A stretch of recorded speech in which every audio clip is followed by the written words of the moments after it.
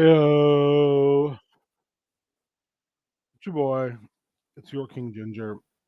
I am doing some pedal craft this morning, or I guess early this afternoon. What time is it? Oh, it's 12. Yeah, I've been awake for a while. How to get that Mississippi pot roast going. And since like I'm gonna be eating a lot of stuff for the next couple days, I figure out I should probably um get off my duckus and do some business. Get some calories gone. I was gonna listen to Munch Squad, all loops on Munch Squad while I played. I was like super stoked about it, um, which is a compilation of Munch Squad clips on YouTube. But I've realized in the last 5 minutes, I can't do that, stream and play Minecraft. So back to the Musac, I guess. But what are you gonna do? You can't win them all. In fact, most of the time you can't win any of them. So here what are we doing? Let's go hit our garden up real quick. I did find last night when I was wrapping up the where our pillager boys were. They're no longer there because they got sniped with arrows, which is good because I knew that Vindicator running around. They were down in the bottom part down there, just effing around. And when you F around too much, you know the consequences. I hope everyone's having if you celebrate the turkeyest of days, I hope you are having an enjoyable experience. I don't think there's much thanks to be given in a genocide, so I don't talk about it that way. But I do love the bird. So I will eat turkey and I will eat all the turkey. I guess I'll eat like anything because I'm a human garbage disposal a lot of time. So I don't know what my plan is for Minecraft today. Literally just like doing things to keep me focused on getting this pedaling done. So it should be pretty mellow.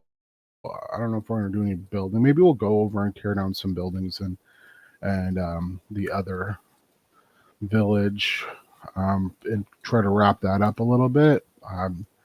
But I was having some fun building over there when we did this yesterday. I always found that enjoyable. I don't know why. But other than that, yeah, I don't really want to go too far adventuring, just because I'm hoping that I'll be able to find time in the next week to play with Doug and Cassandra, and I want to be present and accounted for during that time so we can all roll together, because I'd like to go do some cool stuff in the Nether. So whether I actually follow up on this or not, and I know Doug doesn't listen to anything I do anymore because I think it probably annoys him. Although Doug used to be a good heel turn listener back in the day. He was always like, "Well, I like what you guys do," and I was like, "Thank you, Doug. We're going to kill some cows soon," which is okay. You know, that's okay. But we don't do heel turn anymore. Sad face. Although I'm trying to convince James that maybe we should do heel turn again or in a different format. I don't know if he'll ever go for it. He seems pretty happy with not doing it for whatever reason. I'm gonna put all of these in the recycle boy. But I don't think he ever will see any of this, so I feel comfortable like saying I don't want to fuck up anybody's plans over here. I want to go to the I want to go to the I want to go to the end. I've never done the end in Minecraft. Um, all the times I've played, all the weird stuff I've had fun doing. I've never actually gone to the end of Minecraft, which is weird to say. Never something I've had a huge desire to do, but it's something now I'm kind of like finding an interest. I definitely am interested in some of the blocks.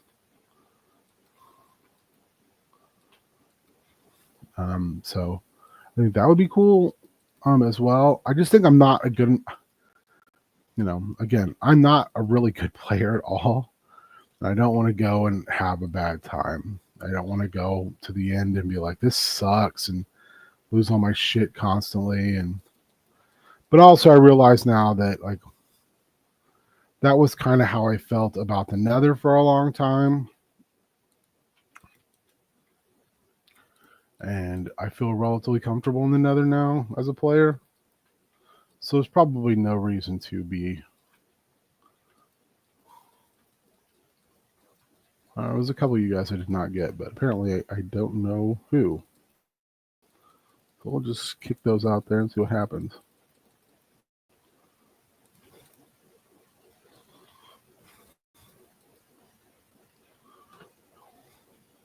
A buried treasures.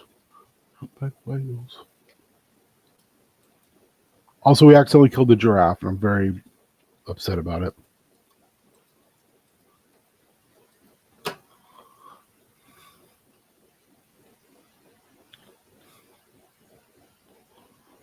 Something cops.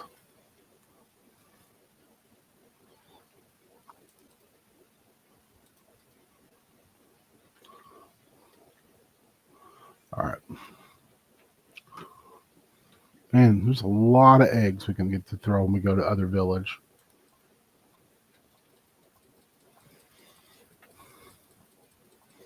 Also, man, we are going to have such a good time killing so many chickens.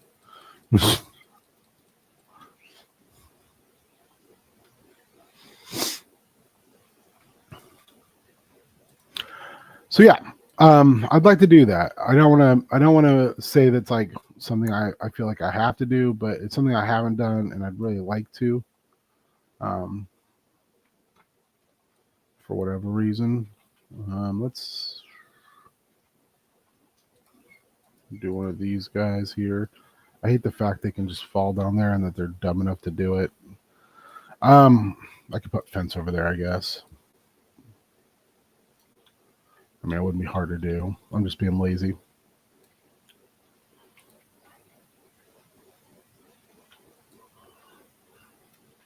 It's so funny too because I was like, there's all this area that the chickens could go to, and they just don't have any interest in it. Hey boys, I don't have. You guys are already gummed down all that. But anyway, so yeah, some very simple pedal craft. We'll get our 6 hundo in. We're on the first leg of our journey right now. So hopefully it won't take us a super amount of time. A little over an hour probably. I should say a little over an hour and a half, I think is what I generally can do at a comfortable pace. But I'd like to keep on that just because like I have to wait until new insurance kicks in before I can find an appropriate chiropractor. I can't say that word today. Chiropractor to get in because my hip is so out of whack that I really want it. I need someone to pop all my stuff back in place. And I haven't seen a chiropractor in a long time. And like it's getting to the point now where like even just like standing, my leg is starting to go numb like all the time. Like or not even numb, it's starting to go pins and needles on me all the time. And I don't at all think it's neuropathy, which is something I thought about. I was like, is this just a neuropathy reaction? But I don't think it is. I think it's I think I just got a pinch somewhere. Something's pushing on something it shouldn't. I really just need to get that taken care of. Ooh, carpenter's table. That's neat. Doug just making tables. We're little Dougie tables. We're going to put those seeds up there. I'm going to take you upstairs. I'm trying to think what I'm actually doing. We're going to go throw those in the other village. We're going to throw those in there. I mean, we probably could go get, and probably should go. What the fuck are you doing, Doug? That's annoying. Cassandra's gonna be so pissed. Like, just make walls and move it somewhere else, Doug. That sucks. Like, this is my problem. If you want to industrialize, I'm cool with that. Like, and that's like create mod. Like, cool, let's do that. But like, you know, she was building so she could have a view. And she let us all know. I mean, I caught shit just for making space so they could see or so they could live. I just, that irks me. That really, really irks me. That's that kind of thing where it's, you know, again, I know what's going on there. It's nothing intentional. It's just also sucks because they're not going to say anything about it. I'm going to have to be the one who's like, hey, let's not do that. Because that's somebody else's spot they want to be in. You got all that other space. You want to move some things around. It's awesome. You played, and we haven't played together in a while because our schedules haven't matched up. But don't like just do that. That's not good. Mitch, where up, Mitch? I hope you're doing well. Hope life is treating you well. I hope you've been thinking mightily about our next DC game because I have.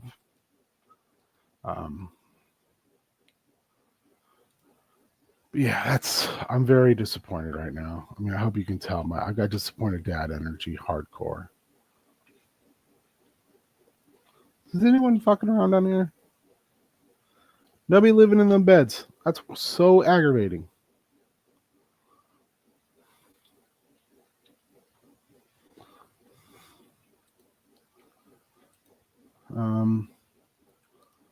Yeah, I'm just oof.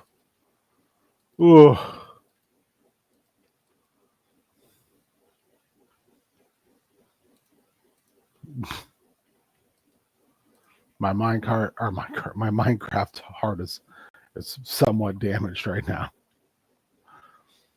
It's just gonna be like, I don't want to have to deal with that.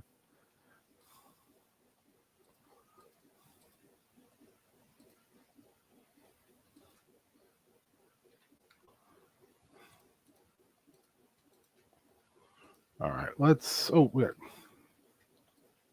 There we go. We're gonna grab a sleep and we'll trade with these boys. Mitch, I agree. That's where I'm at. I'm not mad. It's on my server. I don't think I can legally get mad. I'm really disappointed though, because like, you know how much shit I caught for that. You know how upset she was with me. Why poke the bear? why, and you're pissing someone off just out of purely not wanting to put a little more work in of just moving shit. I mean, all Douglas had to do was move the walls enough to do that. It's just some infrastructure work, right? Is it fun to do? No. But like, I don't want to do it, and that's what's going to end up happening is I'm going to have to handle that business in order to like not have my much better half be like, what the fuck? That was my view. I'm like, I know that was your view. I'm sorry. It's not my fault. I will fix this.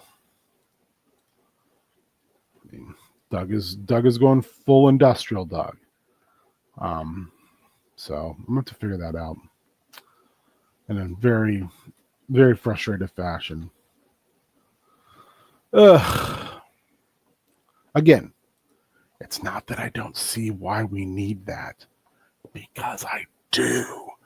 But right there, where someone is obviously like has done something that aesthetically pleases them, because for them Minecraft is about aesthetics and not like just raw industrial work. It's just, it sucks. Oh wow, Mitch. I mean, you could share if you want. I'm always interested in hearing. Always healthy too to constantly re-examine how we handle those things. I mean, I think it's always healthy too to think about like what they actually mean to us. Like what is a relationship and how do we function within the confines of it in an effective fashion? Which I struggle to do quite often. I guess let's go see if this has got a thing going on where, hey, birds, where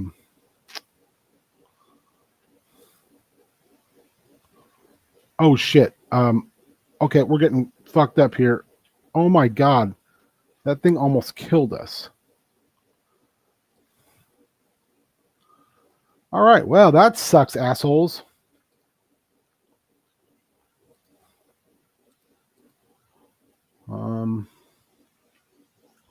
Like again, I get it, and it's cool, but we almost got murderized by Doug's little death machine there. That would be a cool like trap thing to have. Like I would be all about that. Like let's say lay that out for the punk ass the busters who show up and try to fucks with our business. But you know, we just need to put it somewhere a little more feasible for what we want to do. Oh my gosh. Like I just started this. I'm not even a full quarter of the way through, and I'm just like, this is killing me today. My hip is just screaming. But I didn't do my normal morning routine now, which is to get up and slather myself in icy hot on that side. So that also probably is another reason.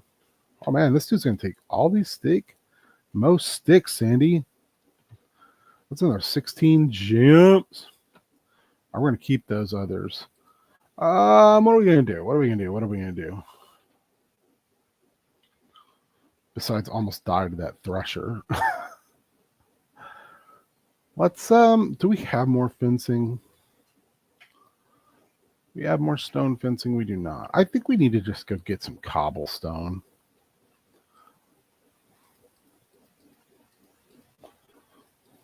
Let's go just buying some cobblestone out. And then buying some cobblestone out. We'll make some more fencing. We'll take some of our dirt, McGirt, and we'll expand it out. And then we'll leave like a, hey, Doug, move this death trap from the center.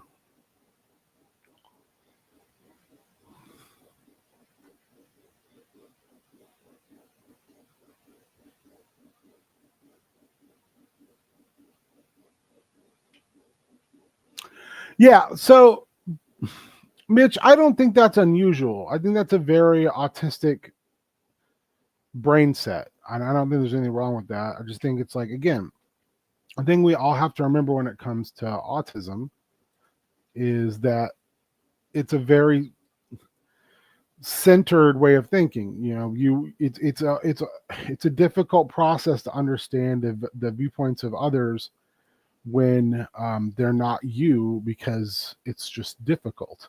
It's not malicious in any way. It's just a part and parcel to the mindset of someone who has autism, and that's okay. I currently have someone that I am working with every day at the center who has autism, and I have to constantly like remind them, you're in cohabitation right now, and there are things you're not going to enjoy about cohabitation. And it's not because you're a bad person or people who have different habits are bad. It's just they're not your habits. And that can be distressing, and that can be frustrating. There can be a lot of things. And in better communication styles and interpersonal relationships, that can be very difficult because your expectations of those conversations, or even your communication style in those conversations, can be so vastly different than what the other person is experiencing. Mitch, I love you. We've talked. So yeah, the vast majority of my life has been working with people with autistic spectrum disorder. So I'm relatively good at clocking folks. And that's not meant to be an insult at all. That's just like fact. Don't let it upset you, because there's nothing wrong with it.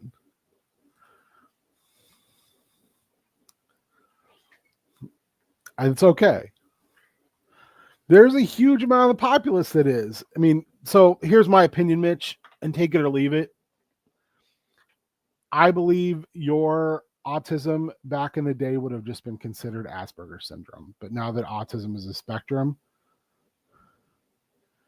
yeah, it's a processing. You process things differently. I would say, on the same side of it, your ability to take niche information and process it and then explore it is like, I can't do that. So, I mean, I think that is also very much a function of your autistic spectrum disorder, and that's a good thing. I mean, so I try to remind people, autism is not a superpower, but it's also not like, it is a neurological spectrum disorder that a lot of times in high functioning folks, it has just as much benefits, if they're looked at benefits, as it does have with active disability.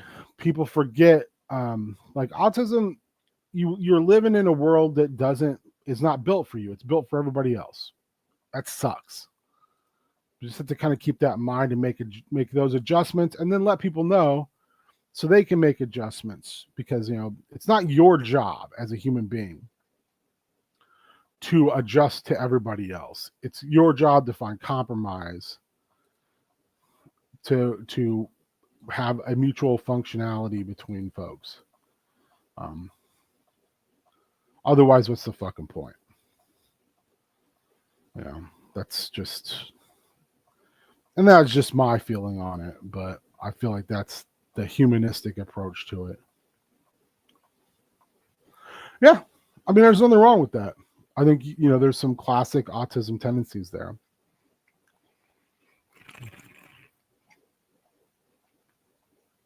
Again, big deal. You're kicking ass, taking names, you're living your life. And when it comes to building those new social skills and things like that, that person brought up to you, That's not an autism only thing that needs to be done.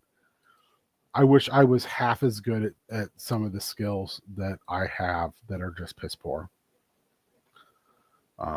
So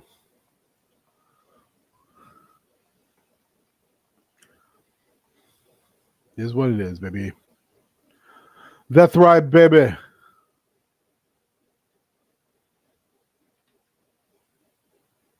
All right, let's go get some black since we can fill in where we're going to be doing our deep dig in here.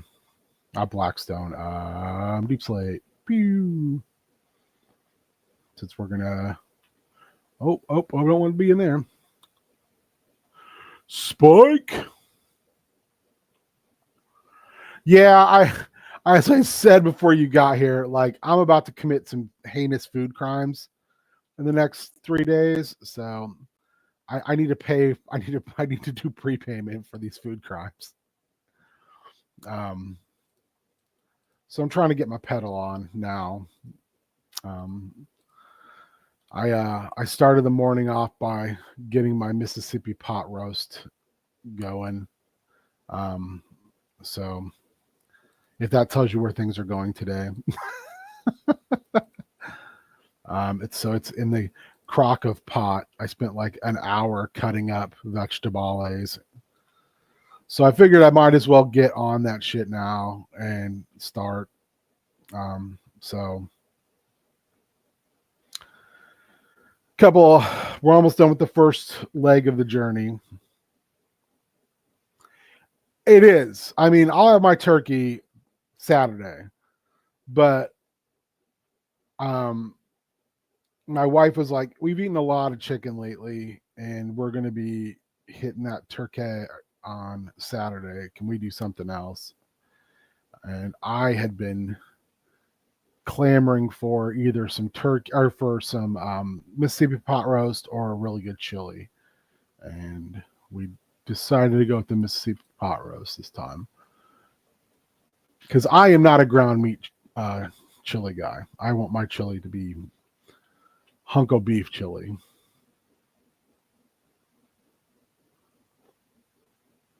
Yes. Hyperfixation doesn't have to be on a subject. It can be on a person, it can be a place or a thing. It's just fixation. I hate the words hyperfixation. I prefer to look at it as investment, hyper investment. Fixation has such a negative connotation. To me, the words hyperfixation sounds like you're stalking someone for murder. You're not. You just want to understand someone's process. You want to understand them. You want to be invested and involved in what they do. Or, if it's a subject, I worked with someone for a long time who loved the airport, the Minneapolis-St. Paul airport. If they could, that would be their, which is crazy because most people would say, well, that's just such a chaotic environment. Wouldn't that be stressful? No, they loved it. They loved planes. They could tell you absolutely everything about every plane that was coming in and out of that airport, to the point where sometimes they made TSA nervous. But again, that was just something they loved. They loved that. That was the thing that brought them joy. I worked with someone for a while who it was the what was that? It was the Billboard Top 25 or top 50. Or was it all the way to the top 100? I can't remember. It was the Billboard hits list, but only from the years of 1979 through 1990. You ask them about any other songs that aren't in that sphere, they don't give a shit. If you ask about songs from that time period, they can tell you everything you've ever wanted to know about those songs. And the artists. And I find that to be just cool as hell. Like, I think that's neat. I think it's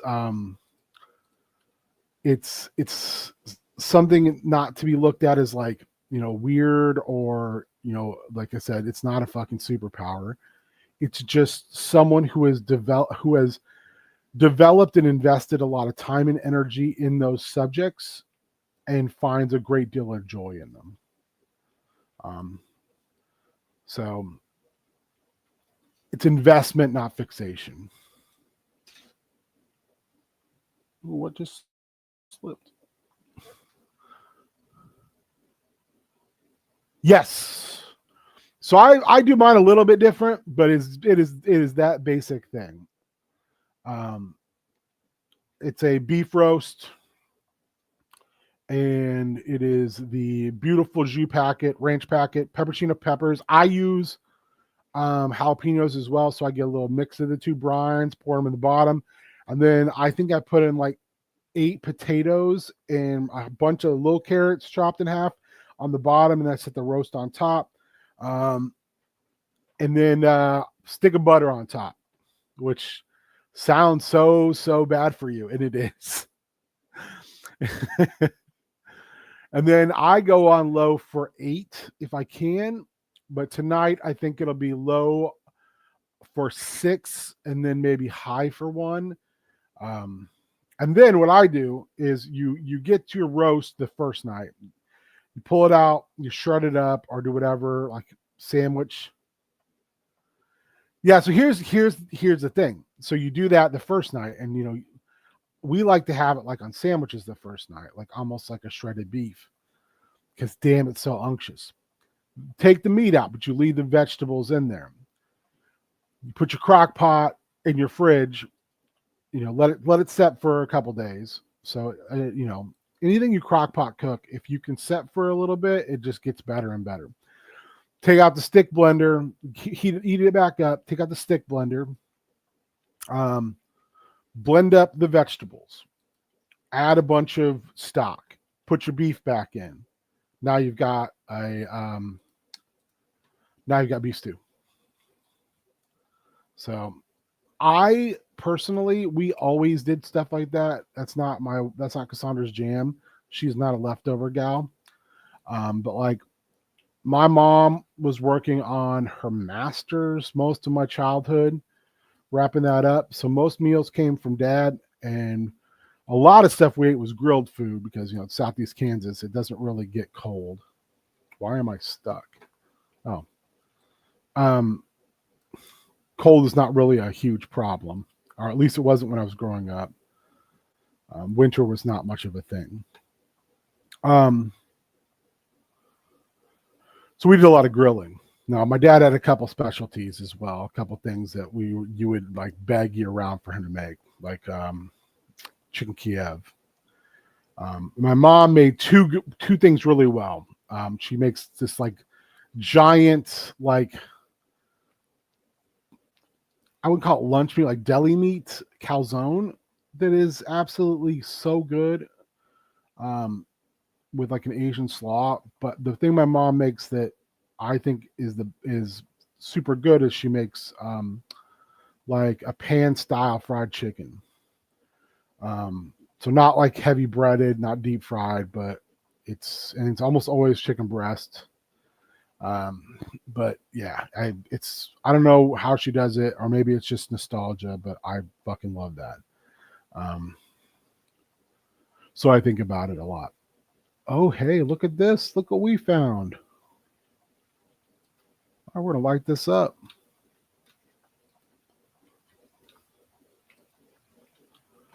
So yeah, it's one of those things that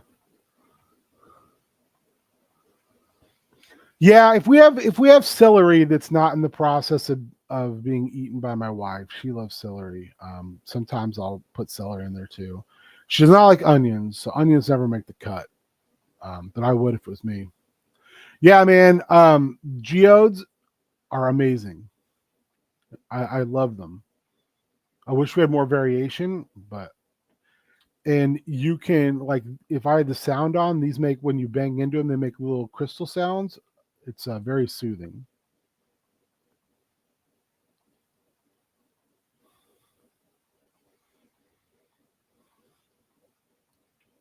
All right, we're gonna have to go back and find some and use some of this to fill, and then also find some coal so we can make some more torches. I know I love onions, and when we have meat tonight, I'll cut up some those little sweet peppers to put on it. She doesn't like peppers either. She worked in a deli in college, And I think it soured her on those two things. She likes the taste, she hates the texture. So like if I want to put onions or peppers and things, I have to A, not tell her, and B, I have to make sure they're blended, because even if they are minuscule, she will find them. It's like when we get food from places, she'll be like, "Do you want my onions?" I'll be like, "I guess." Yeah. Or do you want my pickles? Of course. Duh. Pickles are amazing. They're not her jam.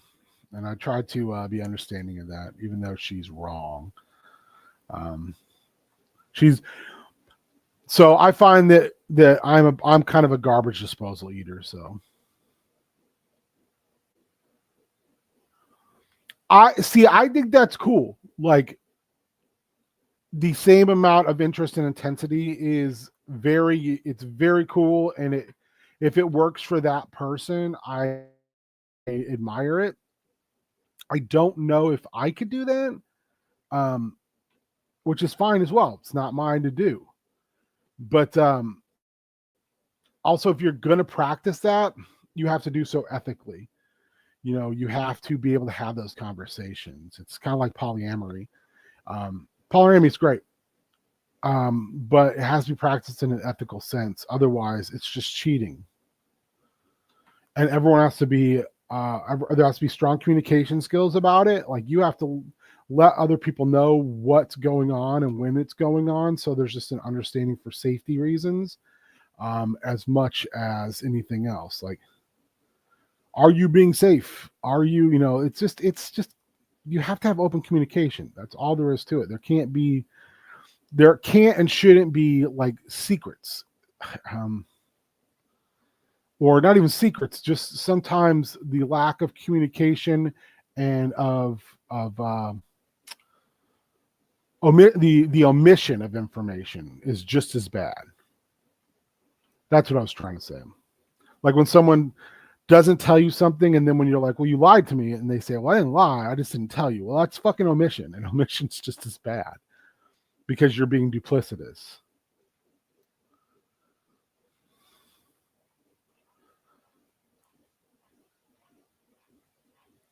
And that'll be the other thing, Mitch. I mean, again, observation wise, most people I know who have autism, lying is not something they really can do. Because if you look at lying as a whole, it doesn't make a whole lot of sense. So most people can't. Being dishonest to others is not something. It's not a strong point, which I admire, because there's generally no justification for lying. Because I'm sorry, we're human beings and we justify our lies all the time. I do it. I hate that I do it. I try not to do it, but most of the folks I know who I work with autism or have known in my personal life with autism, lying to them is just like, what are you doing? Or when they try to do it, it just rings hollow because it's not a factual, straightforward form of communication. So it's almost like wasted breath. So, well, like I said, most of the folks I know with autism, whether I'm working with them or not, they're just like, don't see a whole lot of value in that style of communication. That's the other thing I would say about spectrum disorder that I think people kind of miss on. A lot of it, is just folks finding value. Like if you're very interested in someone and you have, again, I wouldn't call it fixation, but a hyper amount of interest in them, that's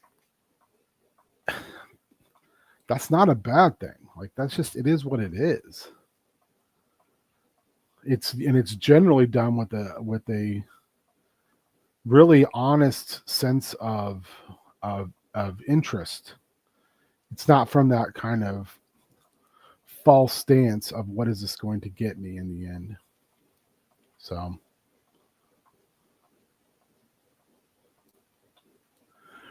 yeah, I think you have to be very honest about that. One one of my friends in the cities here, who has autism, who's on the spectrum, they constantly will tell people like, hey, I can't do that because I do not have the emotional energy for it. I don't have this. It's spoon theory. I don't have the spoons for it right now. I always try to just appreciate the fact that they have that level of awareness and communication style to let people know, like, I can't do that. I don't have spoons for it. And that's a very real way to look at it. You know, I only have so much energy to give. So,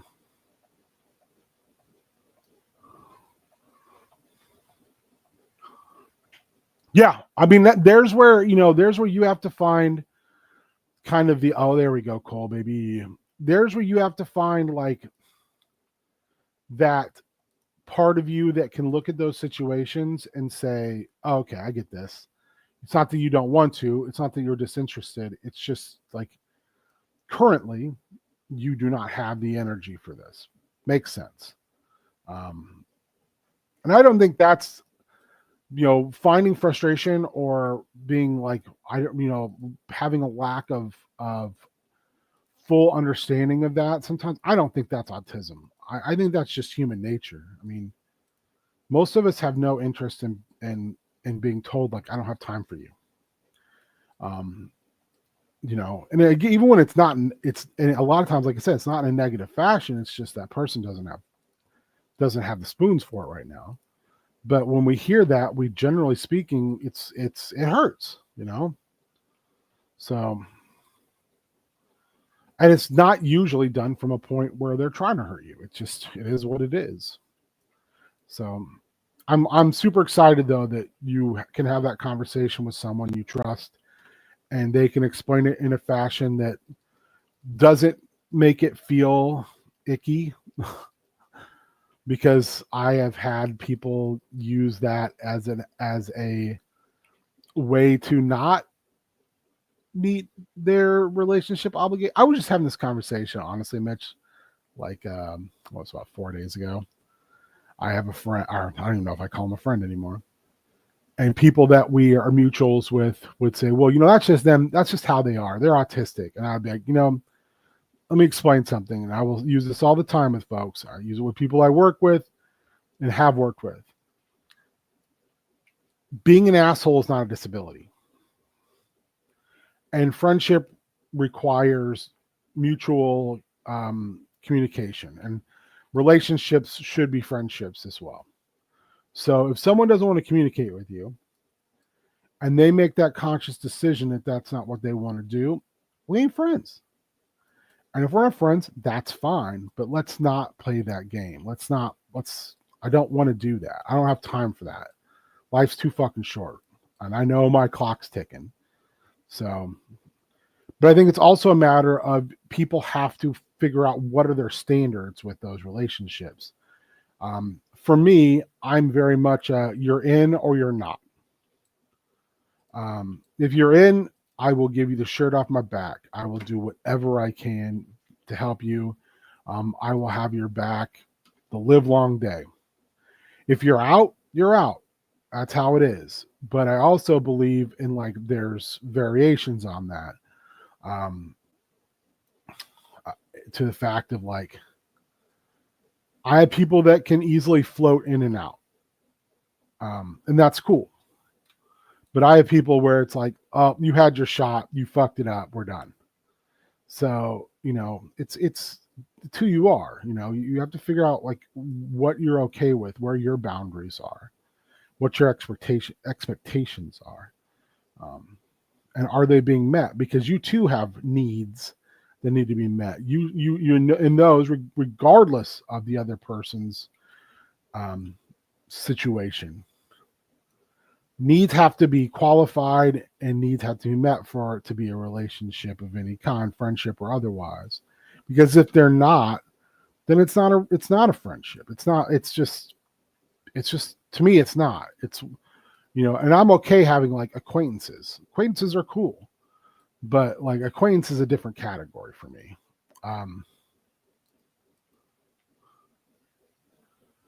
Reasons are not excuses. Well put.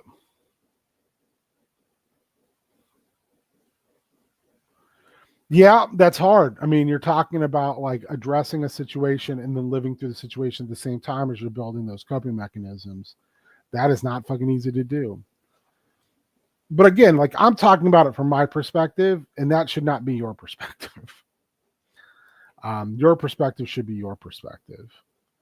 Um, and the way I handle it was not the way everyone should be doing it. I will never ever say that. Because it's not. I know that my perspective on that stuff is not always the healthiest. I can be an all or nothing person. You're either like I am and you're in for a penny and for a pound, or you're not. I mean, again, I say this in the nicest possible way on a family holiday. I don't look at me, look at my family's relationship we have out of sight, out of mind. They don't reach out to me. I don't reach out to them. Like I had to reach out to them today, say, Happy Thanksgiving. But I know if I wouldn't have texted, I wouldn't have heard anything. Because that's how they are. It's just a different, they handle their business different than I do. But I'm trying. That's the thing is I'm trying to handle my business in a better fashion than I have in the past. Do I like it? I do not. It is uncomfortable and it angers me a lot of the time. But live and learn, baby. But you have to have those conversations with yourself where you set those standards that you are okay with and what you're not. And if someone cannot meet those standards of that relationship, it's a social contract. Like I would hope, Mitch, that if while we're on a stream together or we're talking, or if we were lucky enough to be in person to talk, that if I did not meet your social standards, that you would be like, hey, I'm not okay with that. So we're not gonna this is your one. You get one. To quote Jay Uso. I had somebody on Wednesday who was telling a story about their work and how they had an issue with at their job with two lesbians, and their reference for female lesbians who are of a more masculine presenting was they called them dykes. And I had to correct them and say, that is not what we call people. That terminology is not okay. I don't care if that's something you use when you were where you were from or whatever.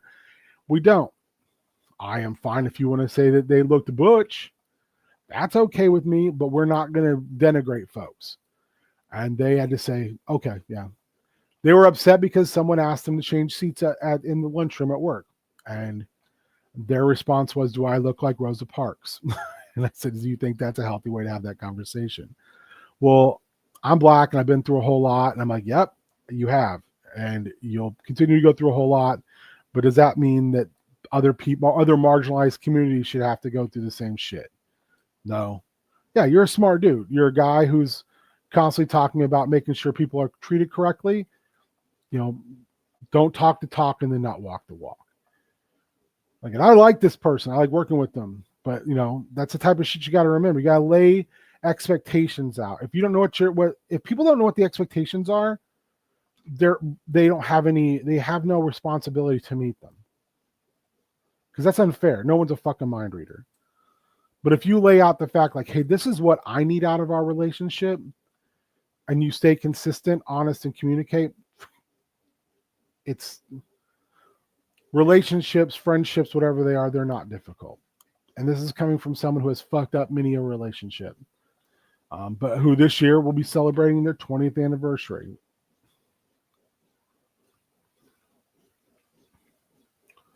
I would say no. You can use that word, Mitch, if someone tells you can use that word. And neither of those fine individuals said, hey, dude, you can use those words. They were using them in a denigrative fashion. And I'm not okay with that. I don't think that's that person should be using that. Like, there's better words to use. There's, you can be more understanding.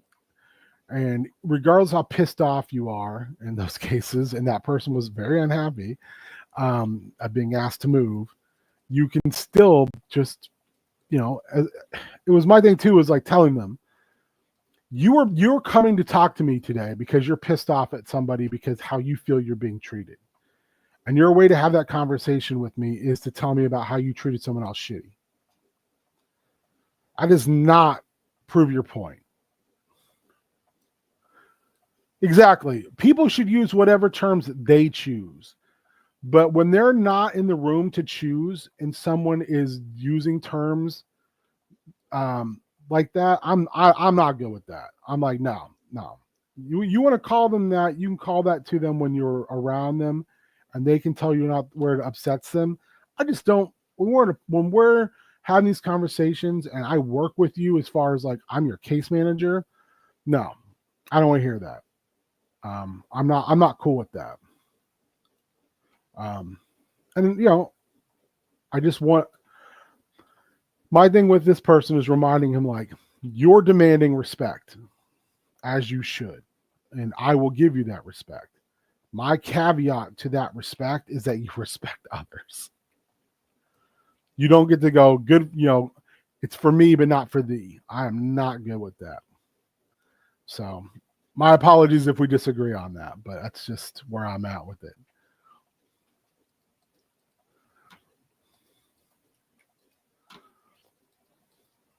I just don't feel that is an appropriate way for us to deal with one another.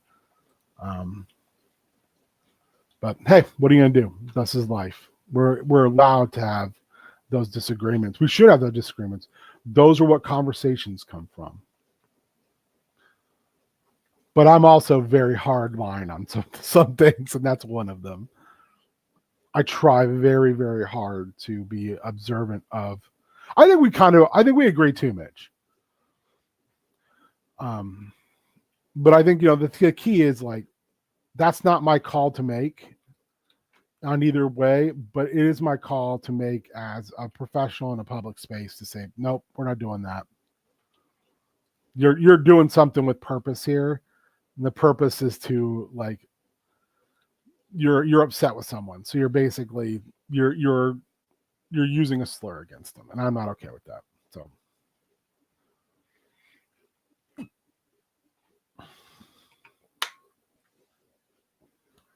Woo! We're almost halfway there.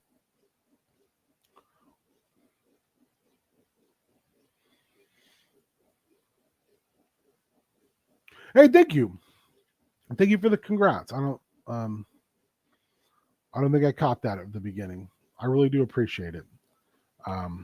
It has been a amazing trip with my favorite person. So,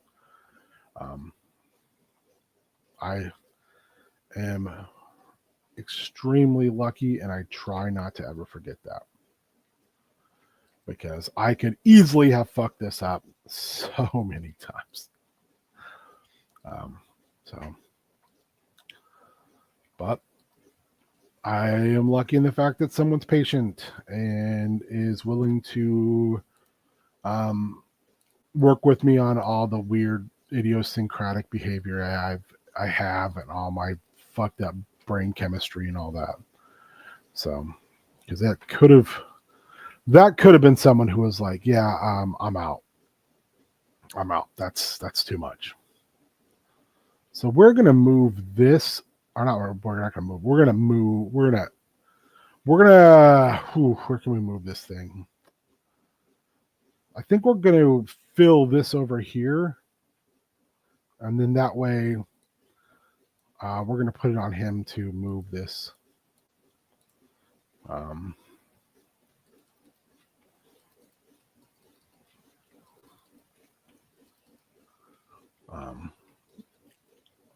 So it's not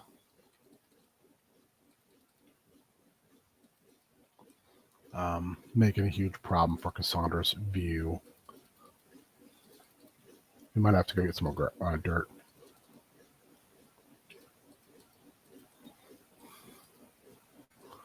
Also, I mean, let's be honest too. I got lucky with my partner being cool.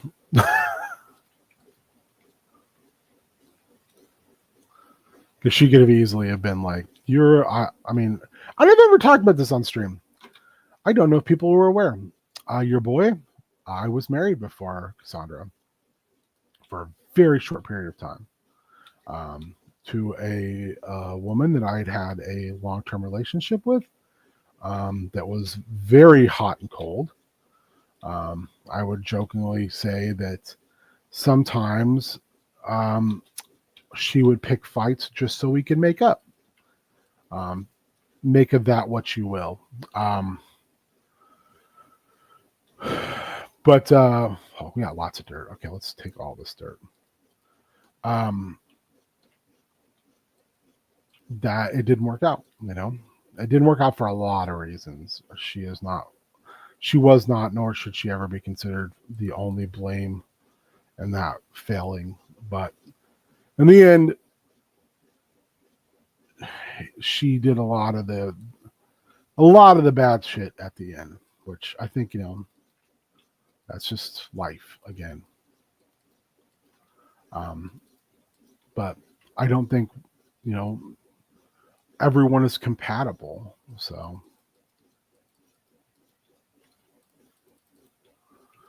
luckily with Cassandra, everything's good. But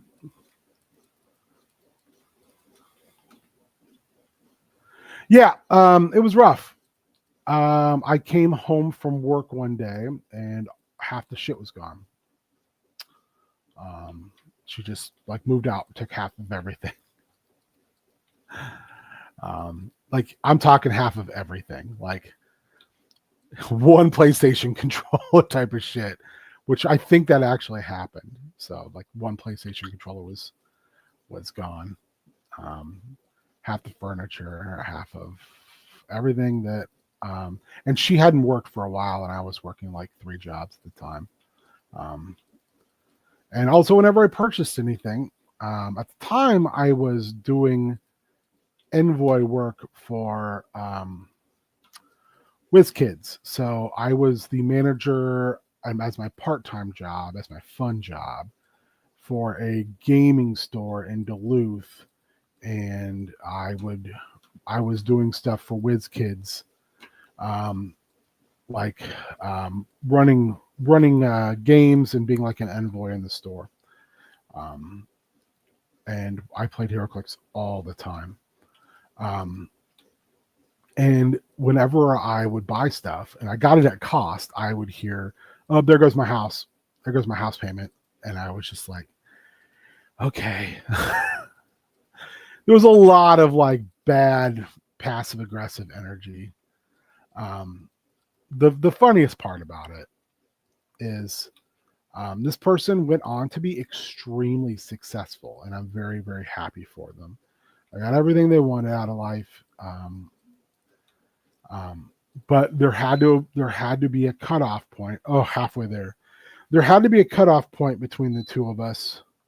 And that cutoff point ended up being right before Cassandra and I got married. This person found out about it. Yeah, like Solomon half. Yeah. This person found out I was going to get married. And they reached out and then they wanted to talk and they wanted to, all that. And a friend of mine that I worked with said, if you get in a car with that woman, you are fucking insane. That's the type of person who will go, if I can't have you, no one will, and then drive off a cliff. And so I said, no, you can, everything you want to talk about, you can do digitally with me. Everything you want to return to me, you can return to me via mail. The only time I ever heard from them again was when my dad died. She reached out because she really liked my dad. Which was funny because all my siblings, my mom, everyone hated her. They did not enjoy her. My dad was just, he was always like, she's got piss and vinegar.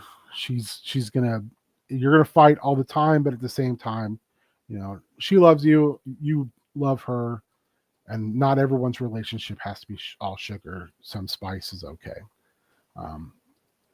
Because I was very like, I think with her, and again, this is going to sound weird, and I don't mean for the stream to be weird like this. I thought that's how relationships were supposed to work, I guess. Like, I felt like that was the level I deserved of a relationship. Saying that out loud is very like weird to do. But yeah. So I was kind of of the mind of like, well, this is the kind of person you deserve. This is what's going to happen. You know, people argue. And what I realized later on is no, relationships do not, in fact, need to be like this. So kind of sucks when you look hindsight being 2020 and you're able to say that and go, wow, I really fucked over both of us by thinking that was okay. Because I look at it now and say, well, I wasted as much of her time as I wasted mine. Just by not being honest enough to be like, this is not going to work.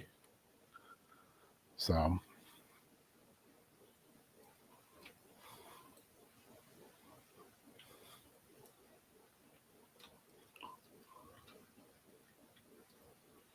yeah, I mean, hey, ain't nothing wrong with that. I think, you know, we've all got backstories, we've all got history, we've all got things that I think most of us would rather not like delve deep into, but at the same time, they're what make us up. They're like they're just a part of who we are.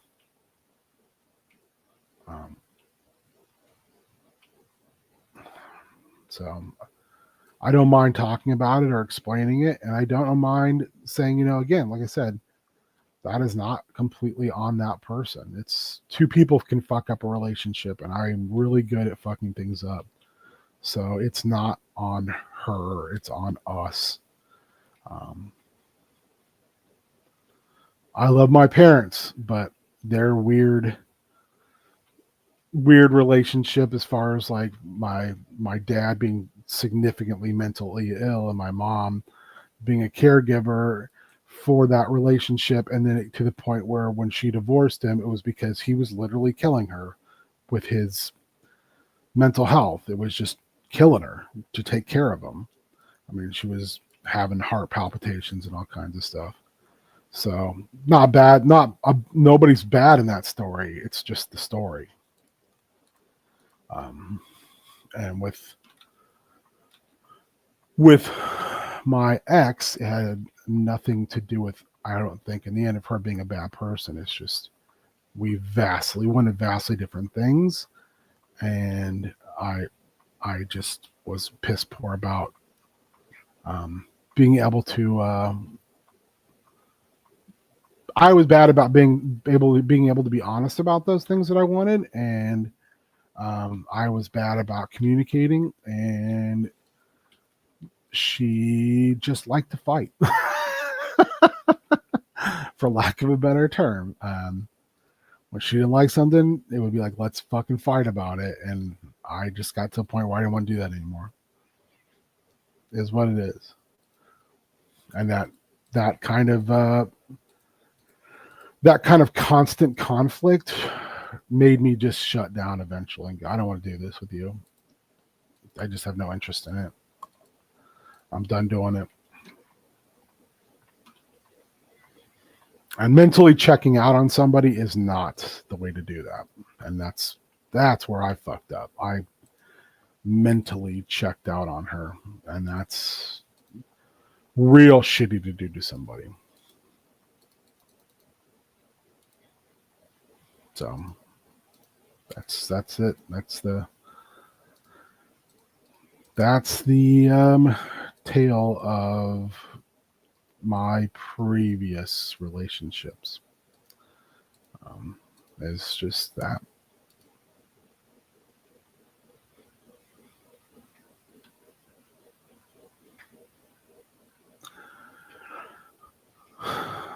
Yeah, I mean, hey, Spike, fucking up things. It's, you know, I always talk about, if you've ever seen the movie Run, Ronnie, Run, when when the lead character played by David Cross, Bob Odenkirk's character gives him the really nice mansion, and like he goes, it's really nice, but it's gonna take me a long time to fuck it up. That's I sometimes that's I think more my operating method, and that's sucks to say, but it's an honest take on it. I worry all the time that all my relationships, all my friendships, that I'm just gonna find any way to fuck them up. So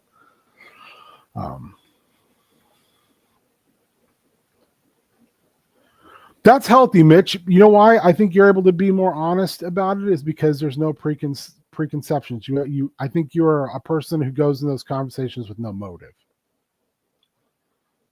We need 1, 2, 3, 4, 5, 6. That's how many that's going to take is 6. So probably 8 the whole way around.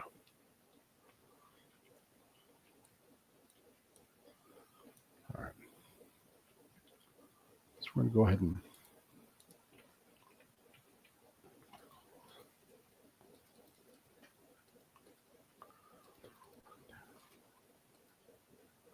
fuck yeah. All right, so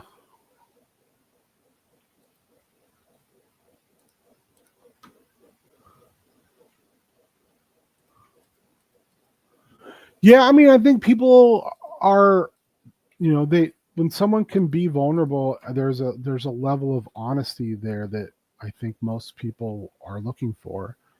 I know for me, I would be. People who are more willing to say, their feelings and their motivations are, I find, to be far more trustworthy, I guess. I try to be very straightforward with my stuff. It's not that I'm like always the most transparent person in the world, but I try.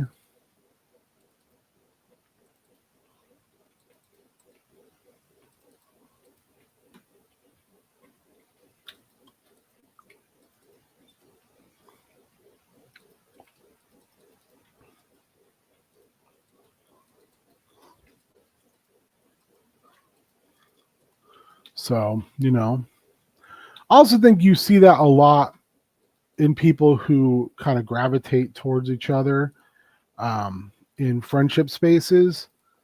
Is like, I think David's a good example of this. Dave's appealing, I think, in a lot of ways to folks because he's just earnest and there's no bullshit behind it. If Dave says something on his stream, that's what it is. That's who he is. That's what he means. He's not full of shit, He's full of hyperbole a lot, and says things sometimes where someone like me is going to give him shit about it because of that. But, it's also like he doesn't use hyperbole in a fashion to hurt people. It's just he's excited. I have jokingly said that David is the Labrador Retriever of people. And what is a Labrador Retriever if not like one of the most loyal animals in the animal kingdom? Who, I can't think of a time where I've heard a story like Labrador Retriever attacks owner. Labs are generally like they're good animals. They're very loyal and they're very loving animals. And not to call Dave an animal, but I think that if you're gonna assign anthropomorphized examples of who we are to each other, I would say I'm using Dave and I would say James is not the same way, but he's also not prone to hyperbole. James is like an optimist, Matt, I think, is a realist. And when I'm being most honest, I recognize out of all of that little group of people that I have chosen to invest my time, my energy, my affection towards, I'm a fucking pessimist. I could lie in saying I'm being a realist, but I'm not. I'm pessimistic And there's nothing wrong with that. I think you need the whole gambit of folks in your crew to make it work, to hold each other accountable, so to speak. So, it's an interesting dynamic, but you need those people, and you need them outside in other relationships as well. There needs to be a healthy mix. And for me, looking back on it, it's the realization that the mix I had was not fucking healthy. And that's okay as well. Live and learn. It sucks to look back on and realize, like I said, you put a lot of time and energy and emotion and everything else to someone, and it doesn't work out. It sucks. And I don't mean from just like the sense of like monetary capital, but just your actual physical energy, of wanting something to work, and it doesn't work. It sucks. And people get hurt. That's the other thing. Like I said, I am not blameless in the ending of that relationship. No one is the hero in that.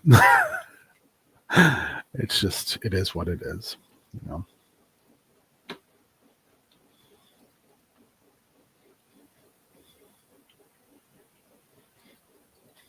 I wish I was a hero, but I am definitively not.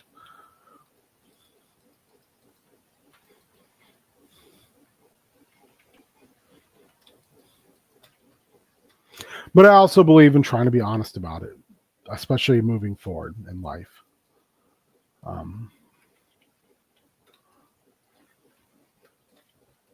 Because I have not always been the most honest of people, both with myself and other people. So I am trying very hard to live my life. And that whole divorce thing fucked me up, and it really though made me change for the better. So when I talk about it, I hope people realize that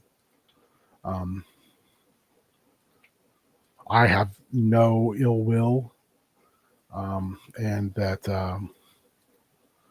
I'm a better person, and I hope that she's a better person coming out of it too, because it was rough.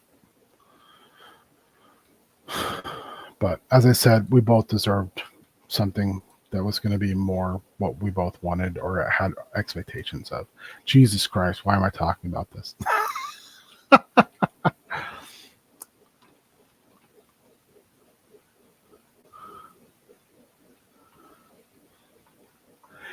Yeah, I mean,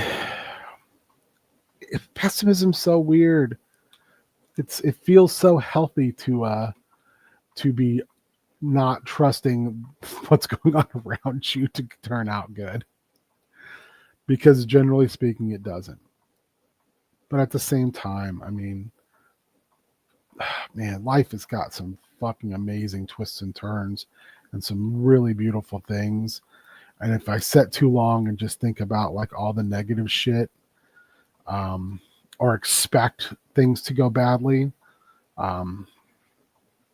that's kind of missing the point. So I try, but when I am around my fellow pessimists, I also try to be very, very honest about it. I'm a pessimist in my day, in my home life.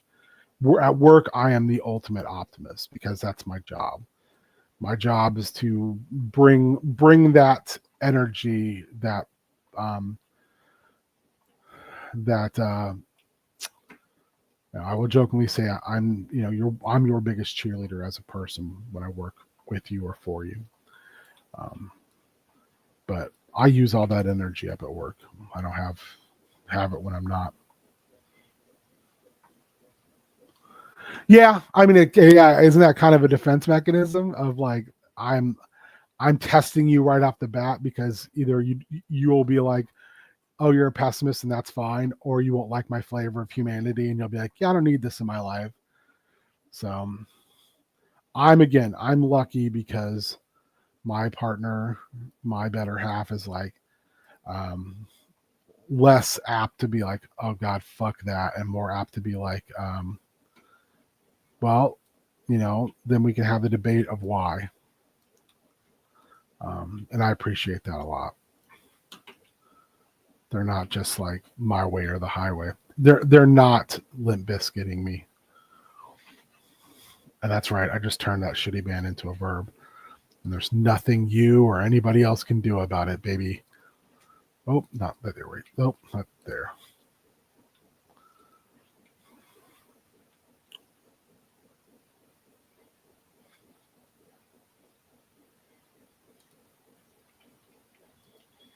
No.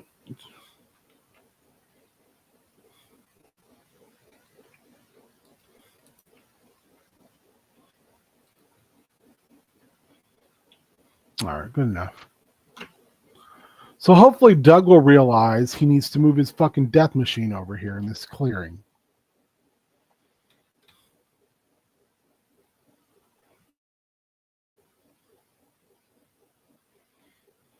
What up, Gollum?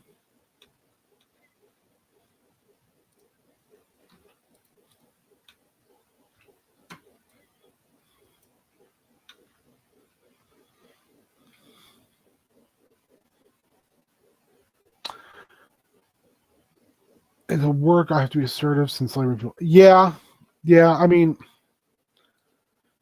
and I have the opposite issue at my work. Everybody is assertive. Everybody is aggressive a lot of the time. They have opinions that I don't always agree with, or there's a lot of like, if you don't do it my way, you're doing it wrong. That can go on in social services, where people will feel like if you don't do it exactly how they want it, then it's incorrect. So I try very hard to be open to that, because I can also be, and this is the thing, I compartmentalize really well. So working is different than outside of work, especially when I've got my mojo. But I've had, and again, I'm very honest about it. I've had a rough, like 15 years or so with work, hitting my confidence really hard about certain things. And that's put me in a position where I can be a little shaky at times when it's dealing with like feedback from peers or from management. But when it's like actually working with folks, I feel like I know what I'm doing. I'm good at it. So I don't feel the need to like justify as much. But my better half is a good form, a good sounding board, that kind of helps me not get high on my own bullshit. If you ever hear James and I or Warrior and I talk about that, that's a reference to our old commentating days, where I used to get really frustrated with both of them, because and here's how I will put it, they were having too much fun. They would have some beverages and just be a fucking hoot. And see, like hindsight being 2020, I can recognize that. At the time, I took that environment very seriously, and what I was doing very seriously. I wanted to be good at it. I felt like I was good at it. I think some people would agree with me on that. That I could be a very good in the commentary realm. So I would get very upset about like too much bullshit, or drinking way too much, when we were doing commentary.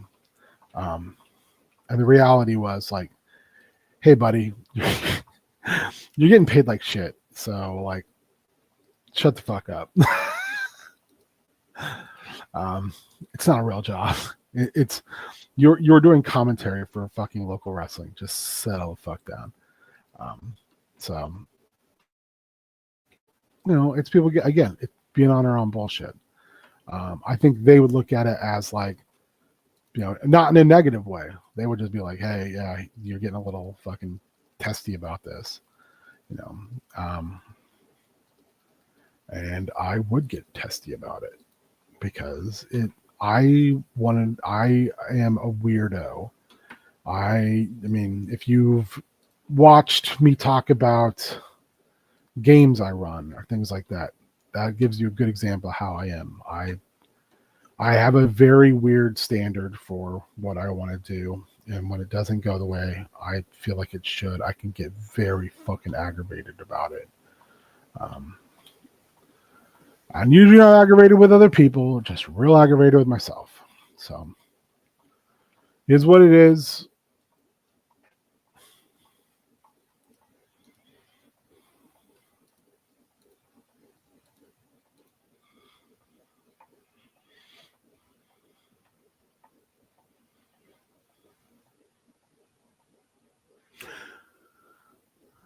Move Death Machine here. Yeah.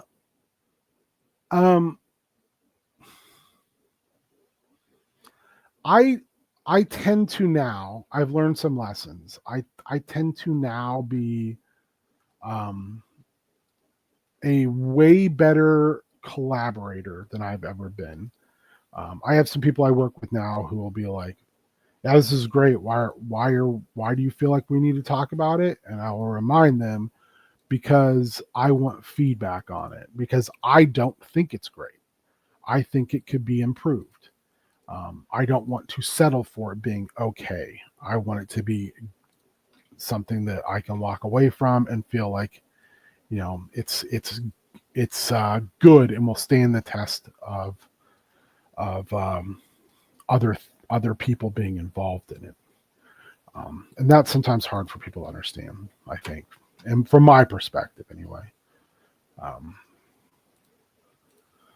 People get weird about that. I think people sometimes just get weird about like calling them out, but saying like, hey, I want feedback. And then I think some people think you're trying to trick them into giving you negative feedback. And it's like, no, I don't want negative feedback. I just want feedback, just honest feedback. That would be great. And sometimes when you're very competent at what you do, people are a little scared to give you that, I guess. Oh, we're going to kill some of these cows with these two things. Because we got too many. Does that close that? Okay. All right, let's go.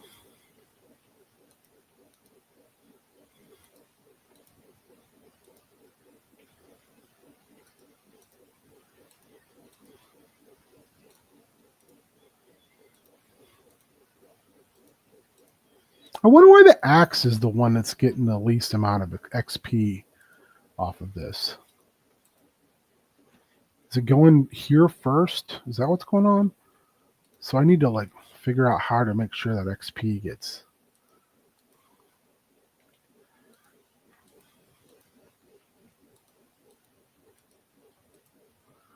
Well, this is like an industrial slaughterhouse over here now when I stand in the corner. Next.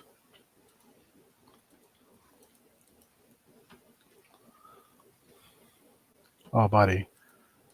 Oh, buddy. Also, we got to find a butcher who will take cow meat because, man, we got a bunch of it right now.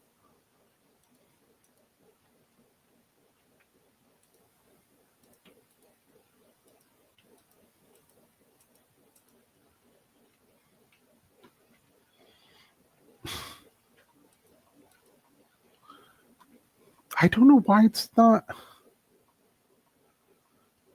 getting the XP. Everything else is full.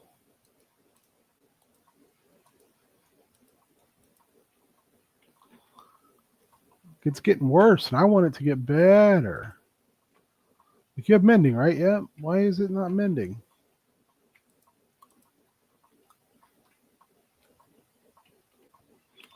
Let's try this if we have to. Yeah, there's nothing else I have that has mending on my person.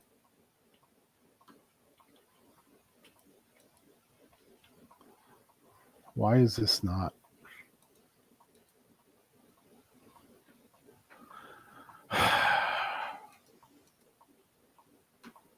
All right, whatever. We're still using it. Let's own this shit.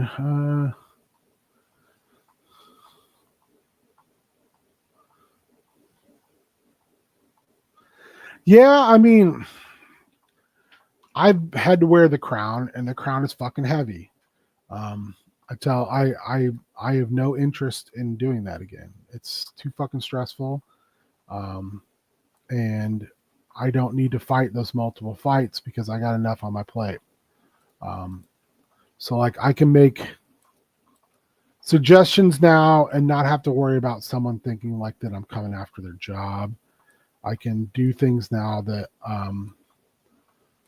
where I can, like you said, I can work without it being some type of power struggle or potential power struggle. Because they're just like I come to work. Like I made a comment yesterday of like so yesterday I went to work and I did not realize what day it was. I thought it was Tuesday. And Wednesday I start later. I stay later. But I was confused about what day it was, which is so dumb to say out loud. But I showed up and I got there and I was just like eating my breakfast and like just in my office, just chit chatting a little bit with some coworkers. I'd sat down for 5 minutes. And someone was like, so and so needs to talk to you. And I was like, well, I'm not technically on the clock. And they're like, it's important. And I was like, all right, let me clock in. Clocked in early. And then later on in the day, my boss's boss came in and was like, hey, remember, we can only pay you 40 hours, period. End of story. Like, we're a nonprofit. We don't have money to pay extra. And I said, perfect. I was like, because I don't work for free. Which he laughed. And I said, so I will clock out early. And I will not do additional work off the clock because I worked somewhere for a nonprofit where we got dinged for that by CARF. So I'm very understanding of like, I try to be understanding because I've had to be the guy in the room who's like, you can only work this number of hours. And if you work over that amount of hours and you get us dinged for it, I'm going to have to write you up. So I've had to be the heavy because I've been in management. I don't have a huge interest in that right now, but I don't have a huge interest in fucking over the place that pays my bills. So, I try to just be very, very, very understanding of the situation we're all in, and be a team player because that's what they need. They need someone who's good at what they do, but doesn't have a fucking ego about it and doesn't isn't trying to be a climber about it. And I just don't have any interest in climbing. Like, I like what I'm doing. It's mellow. I don't have to take a 4 a.m. call that someone's trying to jump off an overpass and I have to go to fucking North Dakota the next day to get them out of mental health crisis because there's no beds in Minnesota today. I just don't need that shit anymore. Like I told them, I'm looking for a place to stay, to do my time, to feel good about what I contribute to society, and help people, and work until I can't work anymore. Yeah, that's the only thing about my job right now that I will say. I'm making significantly less than I made when I was a director or a vice president. I think that was number 3. So I think this is the last run, but I don't know. I don't remember anymore. So if someone remembers, let me know. Because if it's 1 extra, that's fine. But I don't want to get in like 2 extra. Because right now we're chit-chatting and I'm not paying attention to the screaming pain in my hip. And that's good. That's why I like doing this with y'all. Because I can do this and not think about like the fact that when I get up, I'm going to limp out of my office.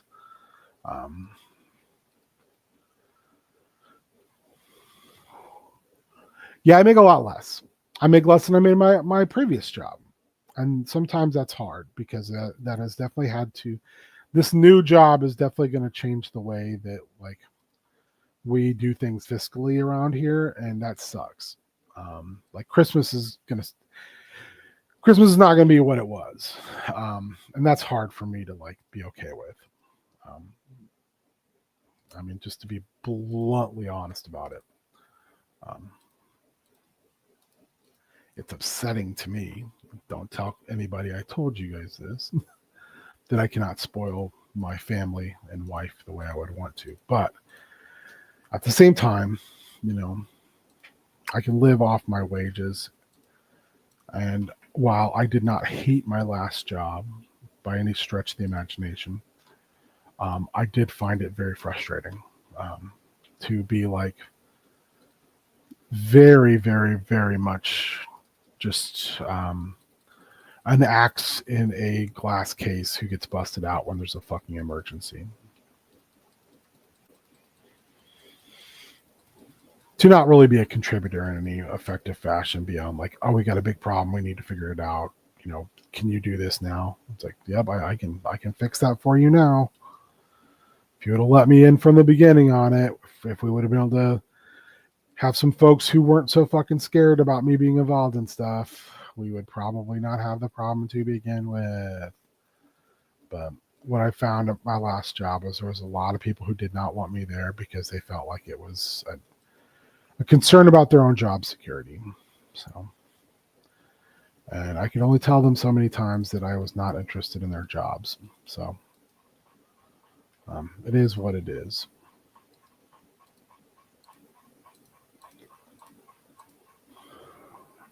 But now I don't have to worry about it. That's cool too. We're going to make some books, I think, real quick.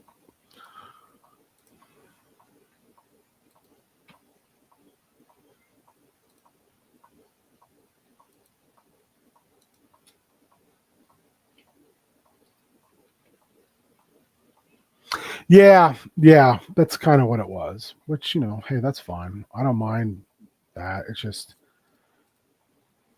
my thing would always become like, if you needed something, all you ever had to do was ask, but you guys would choose repeatedly not to ask, and then be pissed off about it. Or, you know, when I would be told at my review that I needed to reach out to folks and like demand that they take assistance from me. And I always was very frustrated by that because my thing was like, I'm not going to beg for people to take help. I think that's shitty. And I can't force people to want help. And to have that be like how I was judged on reviews was very like not even frustrating. It like would literally make me mad. Because it was also a good example. The person who was making those decisions just honestly didn't know and did not care what I did, because I wasn't their person. They didn't want me either. So they wanted me. That's the thing was so funny is they wanted me to stay. They wanted to be able to have me but they wanted me in another department. So they didn't have to deal with me, which is, again, it's fine. But like, it again boils down to that idea of like when you're brought in with the previous regime and you're brought in to do certain things, you know, people don't necessarily want their chocolate and your peanut butter, you know.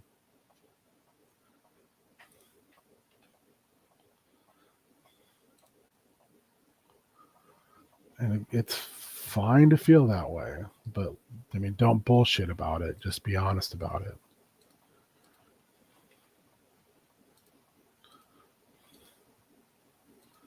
I do not enjoy the bullshitting.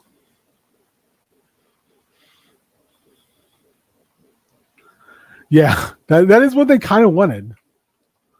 Well, you know so much about this. Why don't you just? And I'm like, no, why are you holding me responsible for other people not doing their job, and then you're going to judge my success off of that. Do you not understand how crazy that sounds? Like, that is insane. But again, what are you going to do? I can't make people understand that doesn't make any sense, especially when they don't want to understand it doesn't make any sense because it doesn't fit what they want. And that would be that in itself would cause problems, And I am not one to be quiet about my frustrations. I am one who will definitely be like, this sucks. I'm unhappy about this. Which I know again is like something people do not like to hear. Especially when I roll in and be like, I don't like this. And to know I worked at an agency where I was more highly thought of in other departments than in my own was also frustrating. Where I had other departments that would come in and say, hey, I want you to work on this thing with us. Sweet, cool, let's do it. And then I would have my department who would avoid having me do stuff. So, I'm not there to make friends, and I'm not there to be a part of narratives that I don't think are real. So, Spoop at 7 tonight. Thankskilling is what won. It's got a killer turkey on it. Says, and on the cover of the DVD, it says "Bach or gobble gobble, motherfucker." So I think it's gonna be pretty good. So yeah, if we see it, then that would be awesome. If we don't, again, I'll tell you the same thing I told everybody else. I really, really hope you have a wonderful Thanksgiving. I hope you get to have I hope that you have a good time with your family. I hope it's not some bullshit. And I hope that, you just have a good one, man. Everybody deserves that. It is the killer turkey puppet movie. Yes, you are correct, Mitch. It won the poll on the Discord. There were only 3 voters, and I was one of them. So, bye, Spike.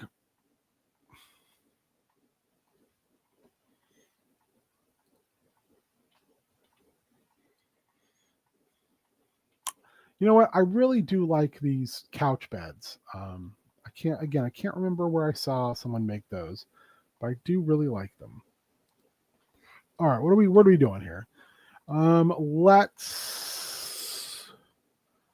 go to the other village. Let's throw some eggs. Yeah, let's go take some houses apart in the other village.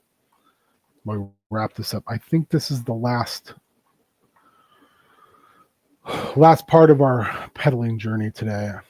Like I said, I think I'm on 4. I can't remember if I'm on 4 or if I'm on 5.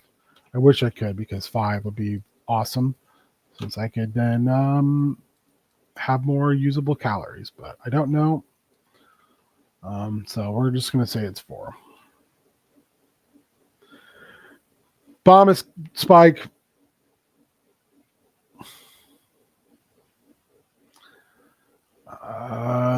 But yeah, so we're going to take the underground path to other village, and we're going to... I not bring any stone with. I bet I didn't. I did not. So we're going to get over there, grab some stone, and then make stone axes. I should have spent a bunch of emeralds on... You know what? We're going to go back and do that. I hate that I have to do this, but I do feel it necessary. We got to go find our tools guy, get a bunch of axes. I'm thinking with the outsiders, it'll be probably January would be my guess. Although I am going to do something, I don't know what yet, on the Sunday that is December 8th. I have always run something for my birthday for people because no one wants to run for me. So I call it guilt tripping on a guilt trip birthday. Um, you're that guy. Well, who are you? Okay, you are the guy I want to talk to, Jeffrey. Okay, so I can get all those. How about for these iron efficiencies? Damn, Jeffrey. Do I have any left? Okay, we'll put those in there. So yeah, I want to get started on it in January, I think. Let's go find Jeffrey again and buy some pickaxes. I think that'll be a good. Oh man, Emerson, you have.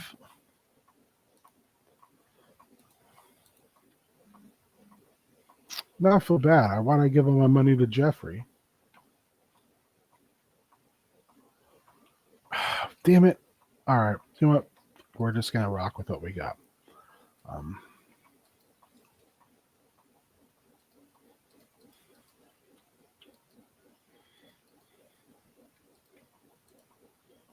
Just in case. All right. Where were we? Where were we? Yeah, I think that gives me time to germinate some ideas to full capacity. I have ideas, but like I'm trying to figure them out. And plus, December is Christmas, and I know that'll be really busy. And I'm hoping to get my hands on some checkmate trades because I don't have the issues anymore. I want to go back and reread some of that because I had a weird thought in my head about the structure of DC's like spy organizations. And since I didn't read Leviathan because it's Brian Michael Bendis and I think he's shit, I want to kind of like process some of that. And I want to think of it. And because like the first adventure was a one shot, it was super like crazy. And I kind of want to peel back to something a little more interesting. Not interesting, it's a bad choice of words. Peel it back to something more sustainable. Like there's a whole bunch of stories out there and there's a bunch of characters that I want to touch upon. So I gotta just kind of do more research. The problem is I've had a bunch of ideas lately about a bunch of different stuff. And sometimes that precludes me from being able to focus very well on one thing. But I'm trying. But I want my goal, like I said, is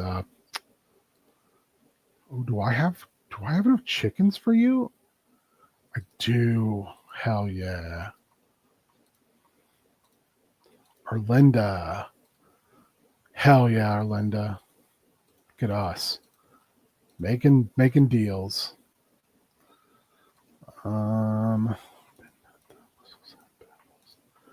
Let's see what we got in here. We can drop this. We can drop this. We can drop this and this. This.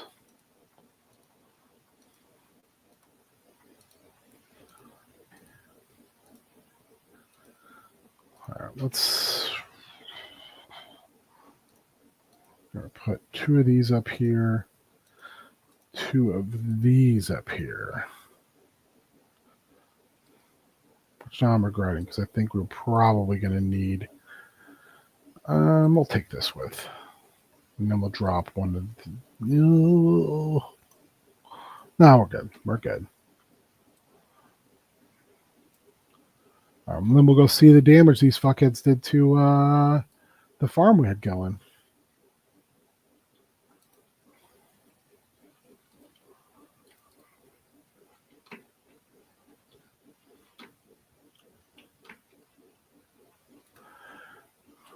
Yeah, like I said, I have Hellboy stuff I want to do. I have other just basic weird things I want to run. because I'm a big weirdo. But like figuring out systems. Like I want to run Oz again, but I don't want to run it with D&D. I feel like it didn't sing the way I wanted it to do Wizard of Oz with just Dungeons and Dragons. So it's like trying to figure out like some of that stuff is still I'm still trying to get that sorted in my head. But like I've got stuff. Like I said, I have like all these things, ideas germinating, and I want to make sure that I'm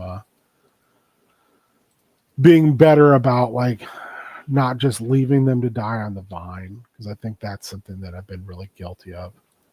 Is like I'll have an idea, and rather than following up on it, I just like it just sits. We're gonna get rid of all these, and we're gonna plant these assholes there because we didn't plant beetroot before, and we're good, I think, on that. Oh, is that Eric? Eric, get a job.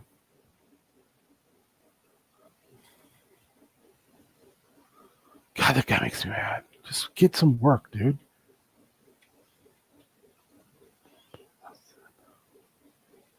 Although I'm very happy with how this village is starting to look. I think we're in a free ranger. Oh, we got all those eggs, right? Hell yeah. Okay, let's we're gonna put some of this stuff away. We're gonna toss some of it.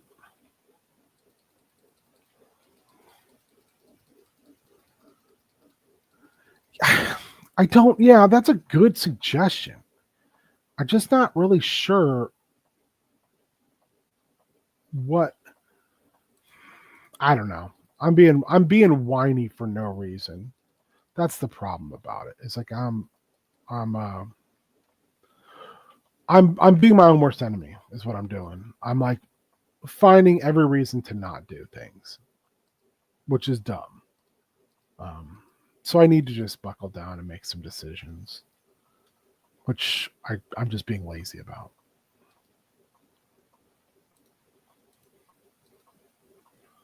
So I'm more like when I talk about it, like struggle of it and things like that, it has nothing to do with the game. It has everything to do with me just being a big old whiny boy overdoing things.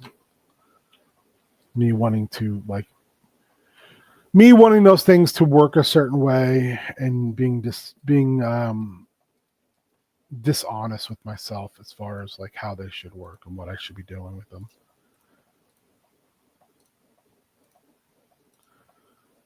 All right, we're gonna take these. We're gonna keep these other boys up here for now. Let's move this. Put this here.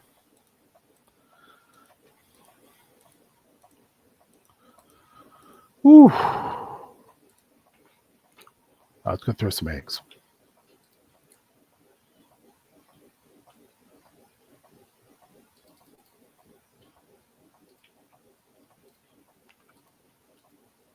Hell yeah, there we got one.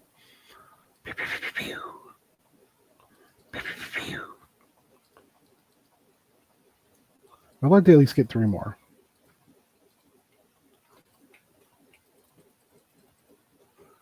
Hell yeah, now we're going. Especially since dude is like taking eggs or taking chickens. I want to get us going on some chickens here.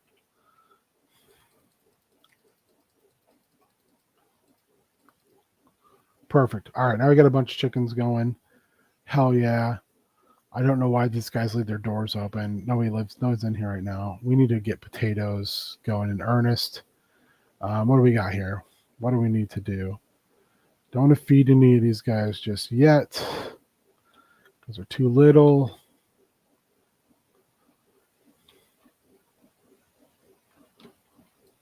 Do we have enough potatoes yet? Oh, we're real close. I think we have some bone meal though. We do.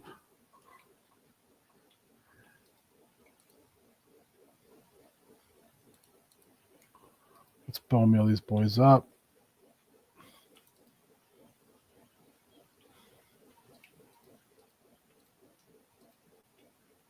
Oh wait, this is the wrong thing. I'm bone mealing the wrong goddamn plants. Jeez. Shows you where my brain's at today. It's like non-existent.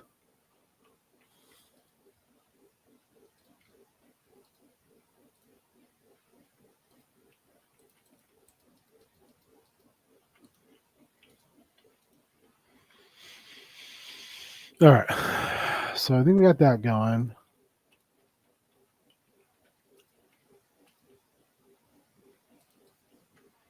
We're going to, I think we're going to let pigs out. So let's, since no one is utilizing that, we're going to put this back up.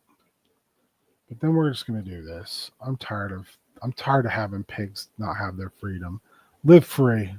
We're going to use this area for something else, for housing. Live free, pigs.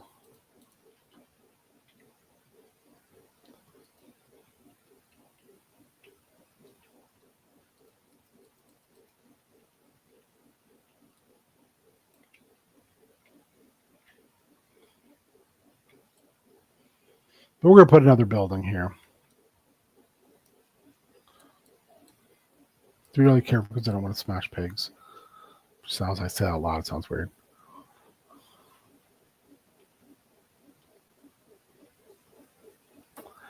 Yeah, I got to find a rules light system like Tales from the Loop, and it's a good suggestion. I'm being weird. I'm being so indecisive when it comes to wanting to do this, to the point where I'm like asking myself, do I really want to do it? But I showed my sister-in-law, who adores Wizard of Oz, the book, the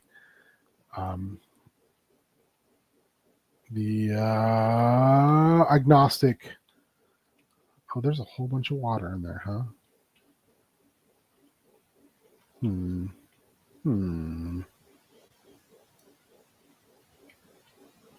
All right, let's figure that out. I mean, I know I can do it, but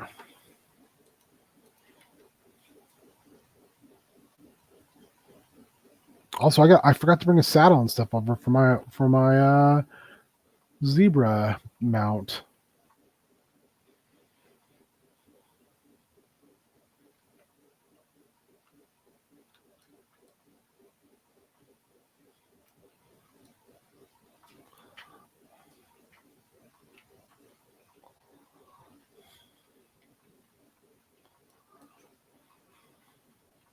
Also, I want something that's like got a combat thing going on in it, but also is more social driven because that game is so much more built around like it's supposed to, like, that setting is supposed to be, according to the book that I'm using, more of um, city crawl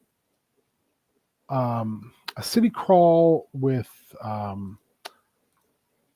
components of intrigue. So I need to, like, oh, you're not going to be that guy, are you? Am I going to have to? Okay. Okay. We're going to put another little area of water over here.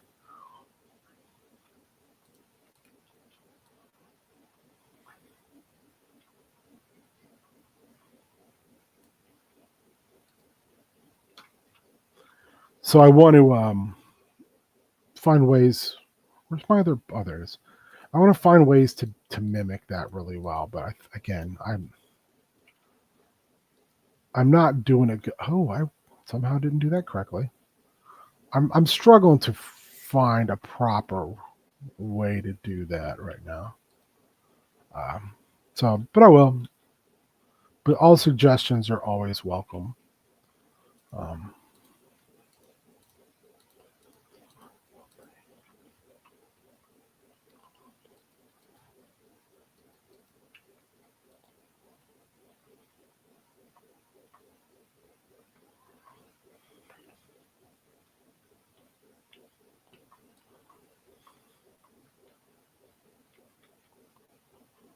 I think I like this being a step up.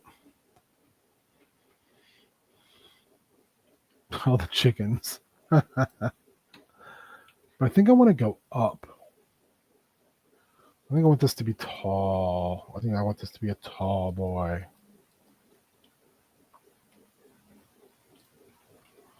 But I like this whole thing where it's like everything's interconnected and we get those kind of creepy, well, creepy to me, creepy tiny alleyways between buildings, which I just like aesthetically for some reason.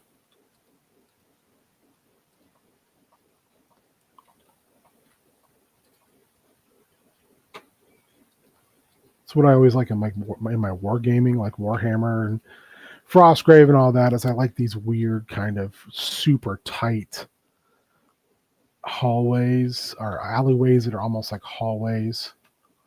I don't know why, but I do.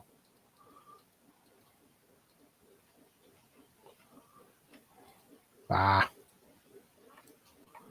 All right, I will be here, Mitch, for a little bit longer because once my pedaling is done, once I've done the full breadth and scope of the pedal today, I'm gonna be done. I'm really realizing like I'm very tired today. So I like leaving this. What do I want to do though? I kind of feel like cobblestone all the way around.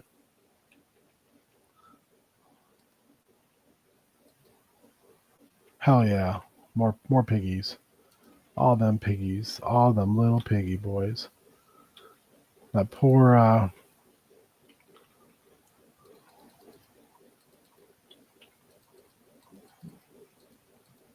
that poor hippo. I'm thinking about doing him in just so I can give him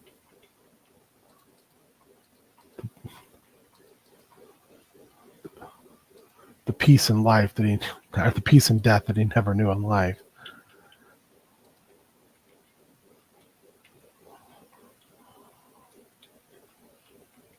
Yeah, he's stuck. He's got to go. Oh, he's not. He's not stuck anymore. Oh fuck, he's mad though. Damn. All right, all right. Hey, oh shit, Enderman.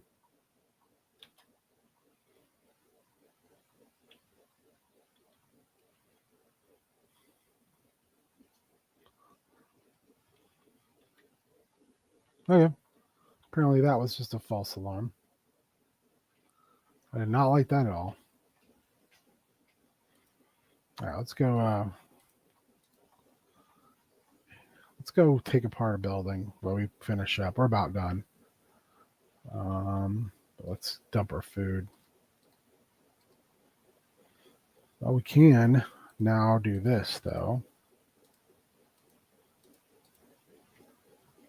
Where did they go?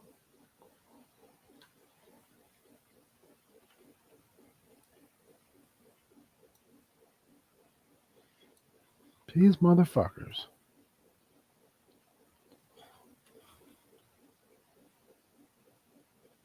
They're there.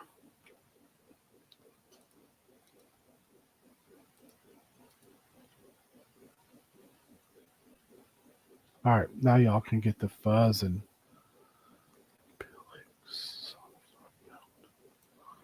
I can't remember. Like, I think that we use these beans for. I think we use them for cookies. I can't remember, but also I think I need milk for that.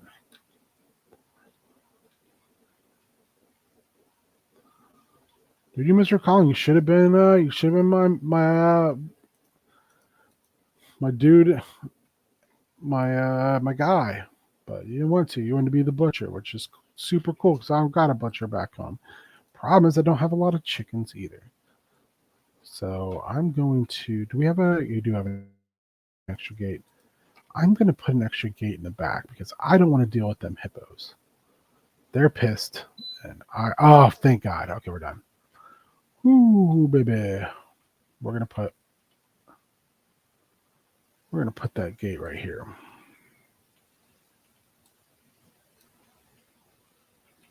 And we're going to throw it on the ground, apparently. There. Let's go tear apart a house. And then I'm going to call it. Tear apart this, too, which I think is what we're going to do. We're going to tear apart two things.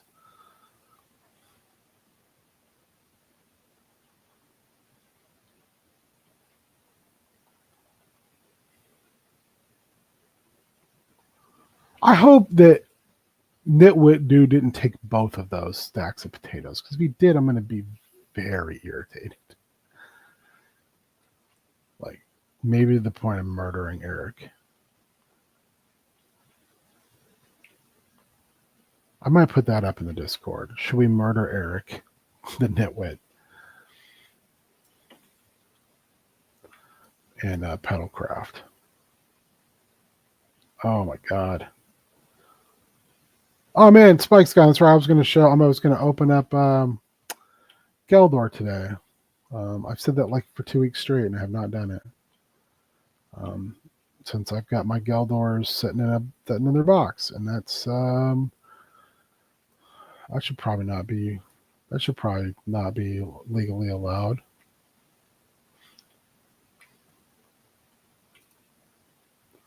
All right, let's boom, boom, boom.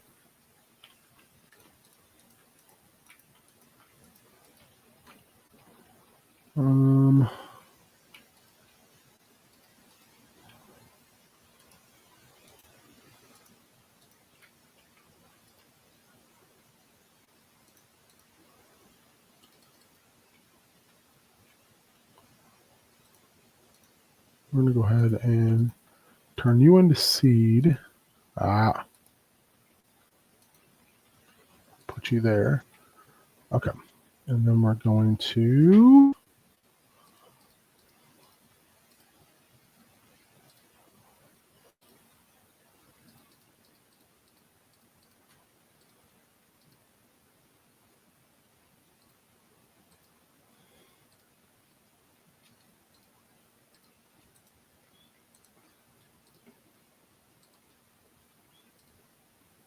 okay. We're going to do that, and then we're going to take down this house. That's right. Oh, got to take this stuff too. Got to take this stuff too. All of a sudden, I'm talking about Mario.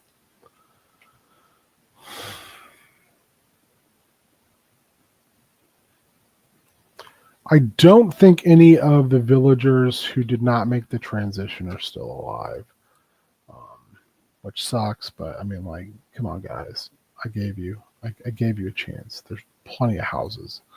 There's all the jobs over there, and they just were like, "No, we ain't doing that, man." I'm like, well, then I can't do nothing for you, man.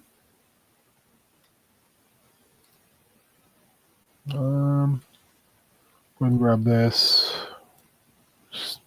Again, I don't know if that ever like refills or what. But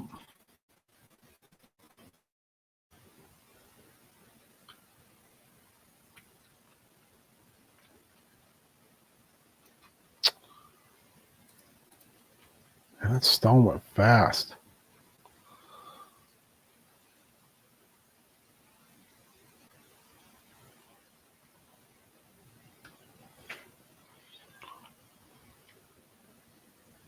Mitch is back. Mitch returns for another battle. Pedaling has ended, Mitch. Just trying to wrap up taking apart this building. And then I'm going to call it. I'm going to take my tired ass upstairs. I don't know what I'm going to do today. I got to check on the Mississippi pot roast. I think Cassandra and I were talking about watching something. I don't know. I don't know what it was. I don't remember what we were both like, "Hey, we should watch all that today." I know she's had a hankering for us to get through the last season of its What We Do in the Shadows. So I've told her choice. She can decide what we watch. I don't care. I'm easy that way.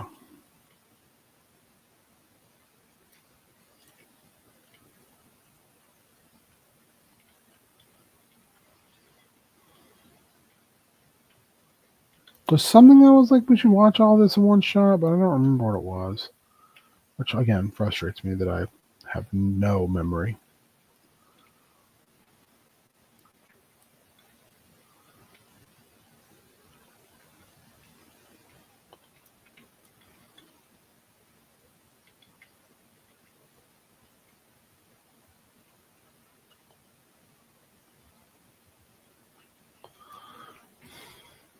But this is what I probably do with her day. Is just like chill. She's working on Lego. She's been on since she got her Lego birthday present. She's been on a little bit of a Lego tear. Um, she finished her Fago friends place. What do they call it? Coffee shop last night. Um, she'd done half of it like before that. And then I woke up this morning when I went to the living room. There it was, all complete in its all its glory. And also not costing a literal arm and a leg to own. So thank you, Fake Lego everywhere, for allowing us to purchase things that people want and not have to, sell a kidney in order to do that. It's like, Lego, I know you're good, but your shit ain't that good. Like, I think I talked to somebody who bought that and it was like $100 some, and I was like, that item, I paid like less than a third of that. So for the pretty much the exact same set. It's a copyright violation, probably. Do I care? No.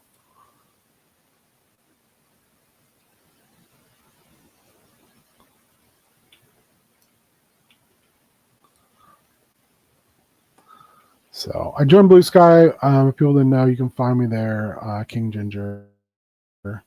Why am I telling you this? Because I posted some pictures of the other Lego Cassandra got for her birthday that she very much enjoyed, which was like there's a whole like set of like blocks of this, not blocks like in Lego blocks, but blocks in like city blocks for the people who make this particular fake Lego. And you can fit them together, make a little city. And when I was younger, one of my favorite things was to go to Steve Gilpin's house, who now is a children's book author and artist who I stay in contact with. You should follow on Instagram. He also has a webtoon he does. He's extremely talented and a super nice guy who was really important in my life and my love of things like G.I. Joe. But Steve was building a Lego version of the town we grew up in, which was always super cool to me. It didn't hurt that Steve his family had the money to do to stuff like that, but I mean, that I'm not gonna be pissed off that his hardworking mother and father, who were a banker and a nursing administrator, were making money. I mean, because it also allowed him to be able to go to art school to produce the amazing shit he produced, which I think has only led to a betterment in the world. So, you know me. Usually, I'm very, very much a hardcore like classist. Oh, that's hard, man. Mitch, that is the most difficult. And I don't think that is always that is always necessarily just an autism issue. I find myself doing that too. I will vacillate between hobbies sometimes. And then when I get into a hobby, I will be fucking knee deep in it. And like, I will need all this stuff for said hobby. So I don't think that's terribly unusual. I think that's honestly, I think that's a more of a male behavior than it is a female behavior. Just speaking in broad generalities, or as my dad would say, speaking in generalities about broads, which you should not do. But I think that that's something that a lot of us, especially in who are a part of like collector culture, we do a lot of. We're like, oh well, I'm not really into this if I don't have all this stuff. Um, you know, I always bring this up, and I jokingly do, halfway jokingly, and sometimes literally. It's like being on when I was on a show Dave was doing, and I can't remember what it was about. He had a bunch of people on. I think it might have been about Motu, and one of the folks on said, "Well, you'll pay the cost for this if Mattel puts it out if you're a big boy collector." And I remember how pissed off I got, and occasionally it still irks me, that someone whose fiscal priorities are far different than my own or has the ability to do that and then denigrates those that don't. And I don't even think that person meant it that way, but I took it that way, because it implies like as much as somebody else does. What just happened? Did that just hiccup so fucking hard? Everyone else see that? That was weird. I think that happens. I think sometimes it's so weird. I don't know what's going on with my Minecraft right now. I think sometimes when you're in that kind of culture, there's things that are like looked at as badges of honor or shows of. I don't even think they're so much like shows of like, look what I have that you don't have. It's more just like, it's so dumb. It's almost like a very primitive, like show of dominance, I guess. I don't know. I've always tried to figure it out. I don't understand it at all. But I know that like I engage in that behavior. There's things that I have that like I look back at sometimes when I'm being very cognizant of myself, when I'm like, I did not really need that. Eternia probably being a good example of that. Am I glad I have it? Hell yeah, I am. But like my wife brought my sister-in-law upstairs or downstairs to my office to look at something because she was going to help like find ways. So my wife has this thing where she must have things hung in a particular fashion when they go on the wall. And her main collaborator is her sister. And she saw my Eternia and she's like, Jesus Christ, that's huge. Why does he need that? And my wife's answer was like, oh, that's not all of it. That is simply like what we could put up that we had room for. It's way bigger than that. And, I was not upset that she said that because she also collects things that I would look at and go like, well, but why? But at the same time, I also can recognize like, okay, yeah, it's a lot. Aw, Mitch, that's super cool. I don't think I've gotten a gift from my mom since my dad died. Because my dad was a Christmas guy. My mom doesn't give a shit about Christmas. No, I take that back. One year, my mom sent us a big check. Like she had, like, was from when. So my mom lives a very like Spartan existence as far as like, she doesn't like to collect things. She doesn't like have a lot of emotional attachment to things. She is someone who's like wants to go places and do things, which is super cool. Not generally like what I want to do, but my mom is likes. I think she's an experienced person and not like an object person. Like Cassandra's kind of turned into that a little bit. We always have to grapple with that because I'm the opposite. But shit takes up space. But my mom one year, like when she started her last job she had, because she had to switch up jobs because the nonprofit she worked for, the state of Kansas decided to no longer invest in that program because highways are more important than the elderly. Was kind of what they said, which is just a perfect example of Republican thinking. Fuck your grandparents. We need these highway dollars, which isn't even so much even being done because highways need to be better. It's being done because fuck the elderly. Anyway, getting back on track. So she started working for a big company, like doing health assessments for the elderly. And she was really worried about it because she's like, hey, technology is not really my thing. So I'm kind of worried that I won't be good at this. She was killer at it because she's fucking smart. And, you know, she just didn't realize that she was going to be super good at it. She got a big bonus. And so she sent all of us some money because she's like, I don't need all this money, which is a problem I hope to eventually have in my life. I never will, but it would be nice to have it.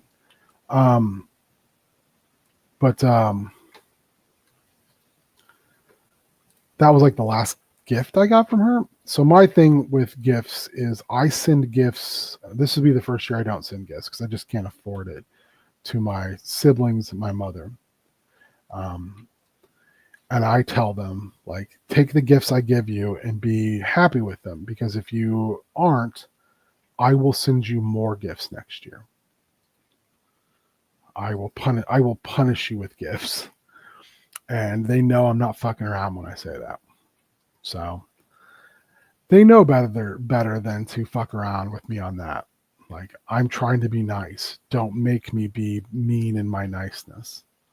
Oh, I just saw a kid run by. Fuck yeah. So that's always fun. But yeah, the fact that you asked for that and that they're going to do that, well, hopefully they'll follow through on it. That's fucking awesome, man. That's such a cool thing. Checks aren't bad either. Don't get me wrong. I'm definitively not anti-check. But I also think, sometimes something with some sentimental value is, it's something, you can't disregard. Look at you, just fucking up hardcore there, Ben. But, I mean, that's super cool, though. I don't know what I would request from my mom. Maybe a book or something? I don't know. Hey, there's a cat. Generally means our village is on the come up.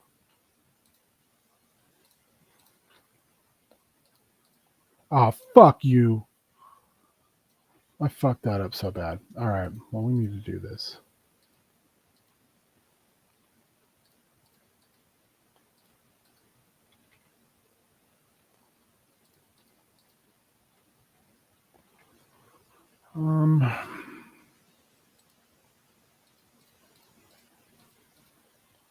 We're going to finish this house and then I'm going to call it, because I'm right now just wanting to get this done.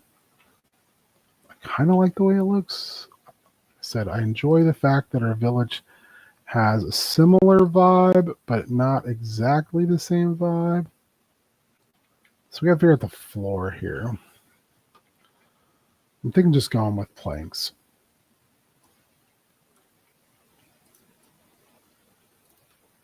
Maybe planks and strip logs.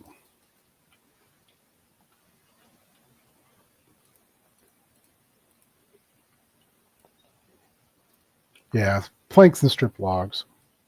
Maybe we'll do let's do one that's like, it looks kind of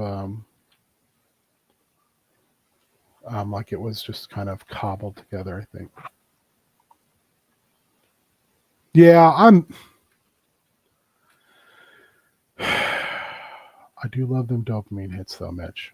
It's hard for me to be dishonest about that. I really, really enjoy a good dopamine rush.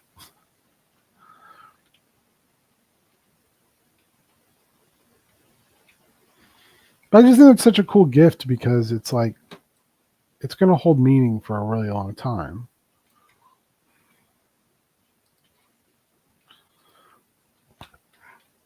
Like, I know I have stuff that my dad gave me that seems dumb. My dad was a hoarder, like, and I'm not fucking around. He was a legit hoarder. But a lot of stuff really means a lot to me, so it still exists in certain spaces for me. Um, it's still real to me, damn it.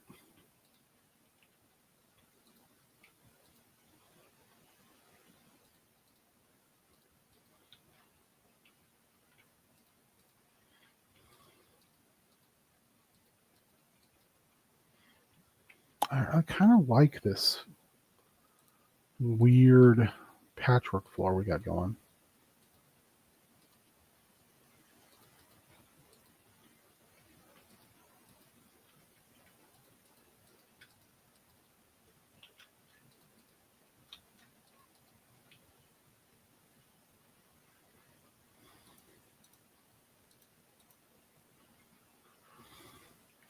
Oh yeah, I didn't think about that.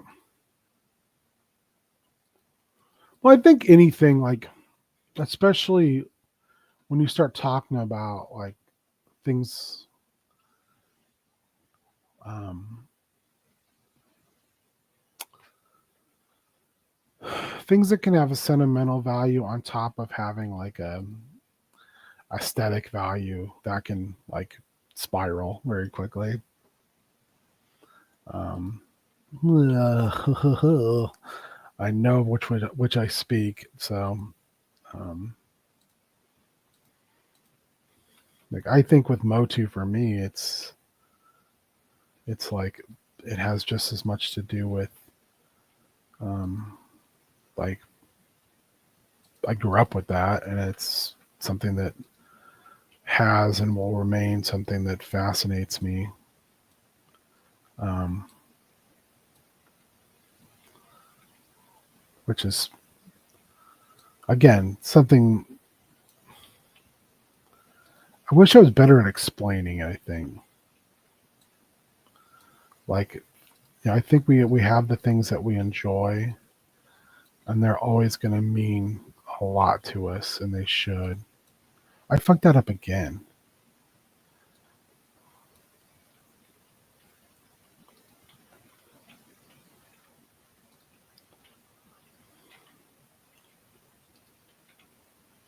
I don't know. I mean, but I think if it's something that brings you joy, like I'm not big on the whole was it Marie Kondo like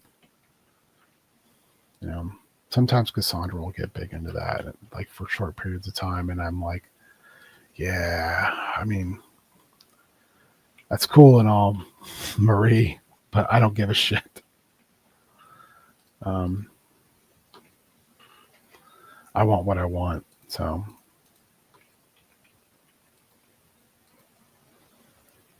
like that kind of like does this serve a purpose in your life kind of thought process about like objects that you have, and it's like I'm far more like my father where it's like I don't give a shit about that. If I like it, I like it. I'm a rule of cool person when it comes to what I own, I think. Yeah, and like you're talking about, you can't bring stuff with you. I have had to in the past take extraordinary measures, like stupid measures, to be able to take certain things with me when I've left places. Comic books being a very good example. Um, like just stupid.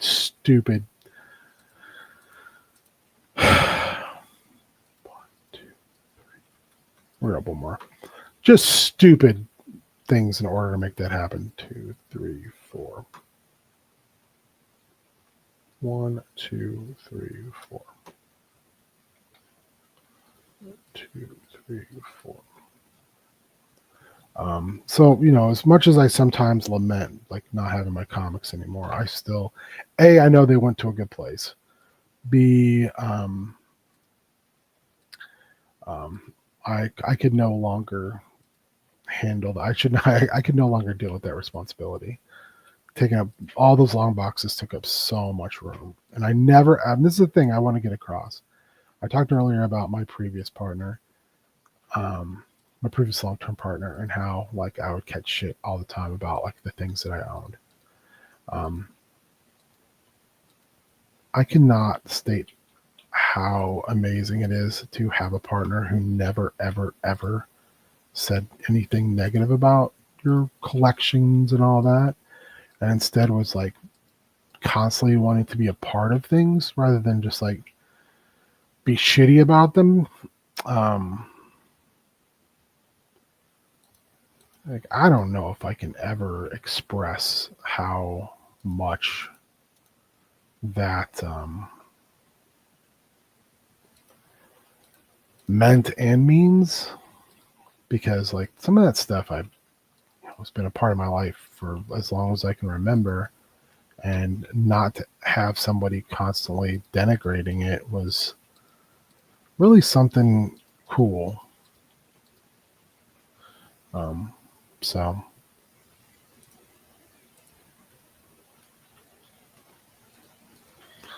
so having those type of situations where you have somebody you can share your hobbies with, or having a hobby that really brings you a serious amount of joy, whether it's a joy tactily or whether it's just a joy like memory wise, it like pulls different memories in, so you can go, oh yeah, this is like a reminder of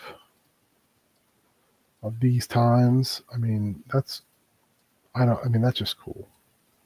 So I'm happy that I hope you get those from your parents, because that sounds incredible.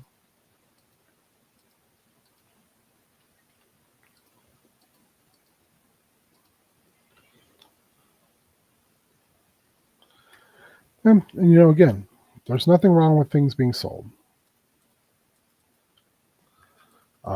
It's why I've been able to part with certain things and just give them away, like fucking all the Legos I give away, which can sometimes be frustrating to think about. And I'm sure my wife sometimes is like, I wish we still had these Legos. Um, but um,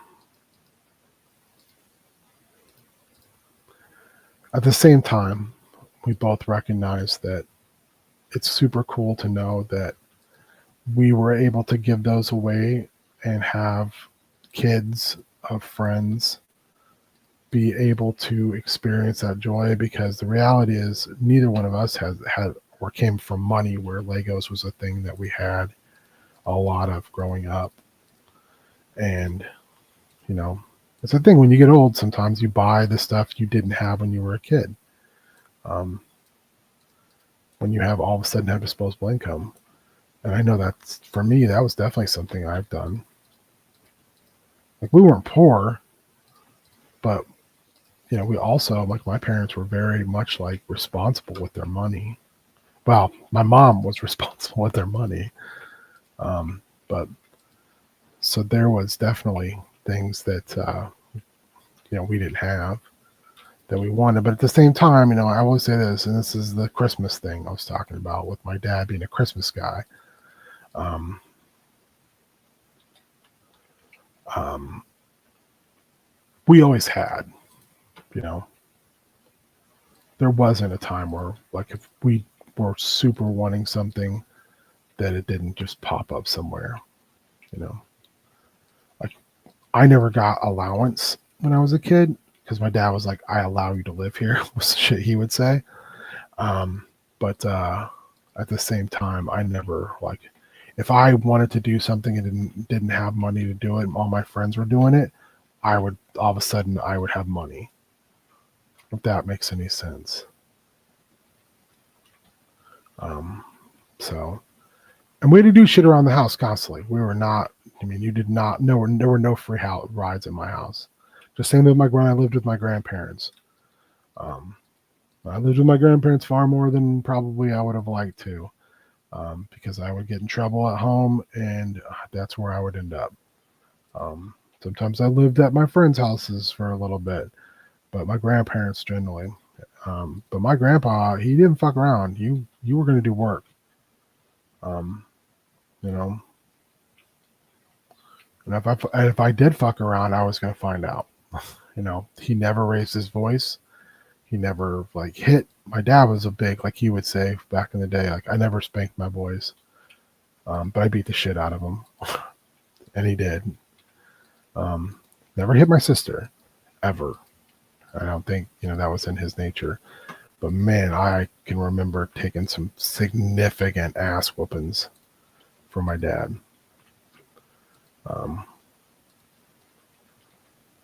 So whenever it was like, wait till your father gets home type of shit, it was like, I'm going to get the living fuck kicked out of me. And that's, I'm not like bragging about it, and I'm certainly not advocating for it or anything such, but I'm just saying that was just a fact. That was the reality. So, doesn't mean I don't love my dad. Yeah, I still love my dad, even though he's passed. But I'm just saying this is like, so we I said we were lower middle class, pushing middle class. But my parents always provided, so it's super cool to hear when you're talking about your stuff, Mitch, and you have like things that you've loved, that you can continue to have those relationships with your family, and they will provide, and not, when I say provide, I mean just like that's just fucking cool. And that's the other thing, is like you can't hold on to shit forever, which I wish. Because I have a feeling I am more like my father, and I am a little bit. I have that hoarding tendency, baby. I don't want just the things. I want all the things. So, which is my sister would refer to all my dad's shit as his treasures, and it would piss him off so much. He would get so mad. She's like, well, maybe if you didn't have so many treasures, you wouldn't have to worry about that. And he would just be fucking fuming over that. I know why she did it, but it also was real mean. But she wasn't lying. I mean, show me the lie. When we had to go down there and go through his stuff, he had just wild amounts of weird shit. And I know that, like, I'm in the same boat. Like, I'll have weird shit. So I'm hoping when I get a little bit older, if I get a little bit older, that I will start to have to part with some of the things that I don't technically need on my person at all times. Like, again, some of this, no matter how much I love it, some of my Motu shit can go. I mean, it's going to have to go at some point. But today is not that day.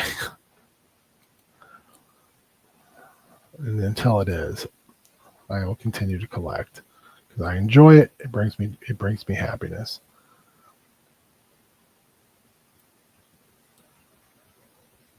So you should feel like you can do what brings you some joy.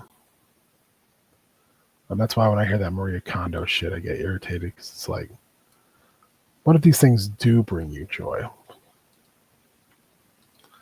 Who the fuck is that person to tell me, like, I can't have that if I have the money for it? Oh, fuck that up. Now, that being said, I always try to ask my wife, like, hey, is this going to work for us?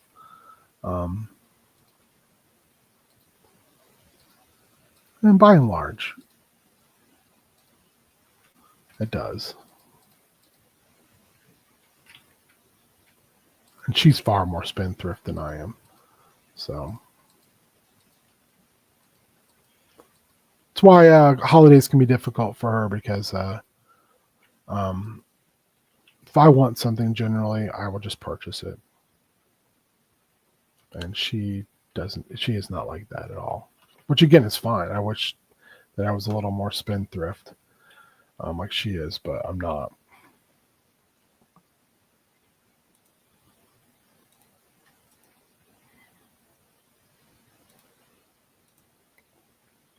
All right. Well, I think we've done our damnedest here to improve the village, to do some cool stuff.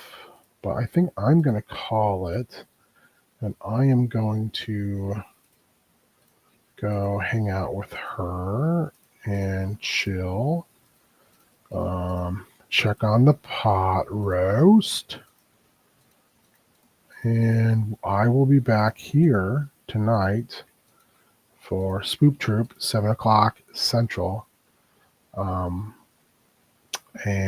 we're going to watch Thankskilling. It's going to be terrible. I can guarantee that. We'll laugh. We'll cry.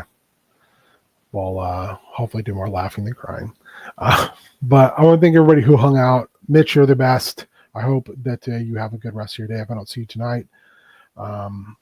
And for those of you who are out there, I hope your day is good. I hope your family doesn't suck too much. And I hope you just ate as much pie as you could stand. And then I hope you'll hang out later on this evening. And yeah, just have a good one. But I'm going to go hang out with my better half. So, bombest to all.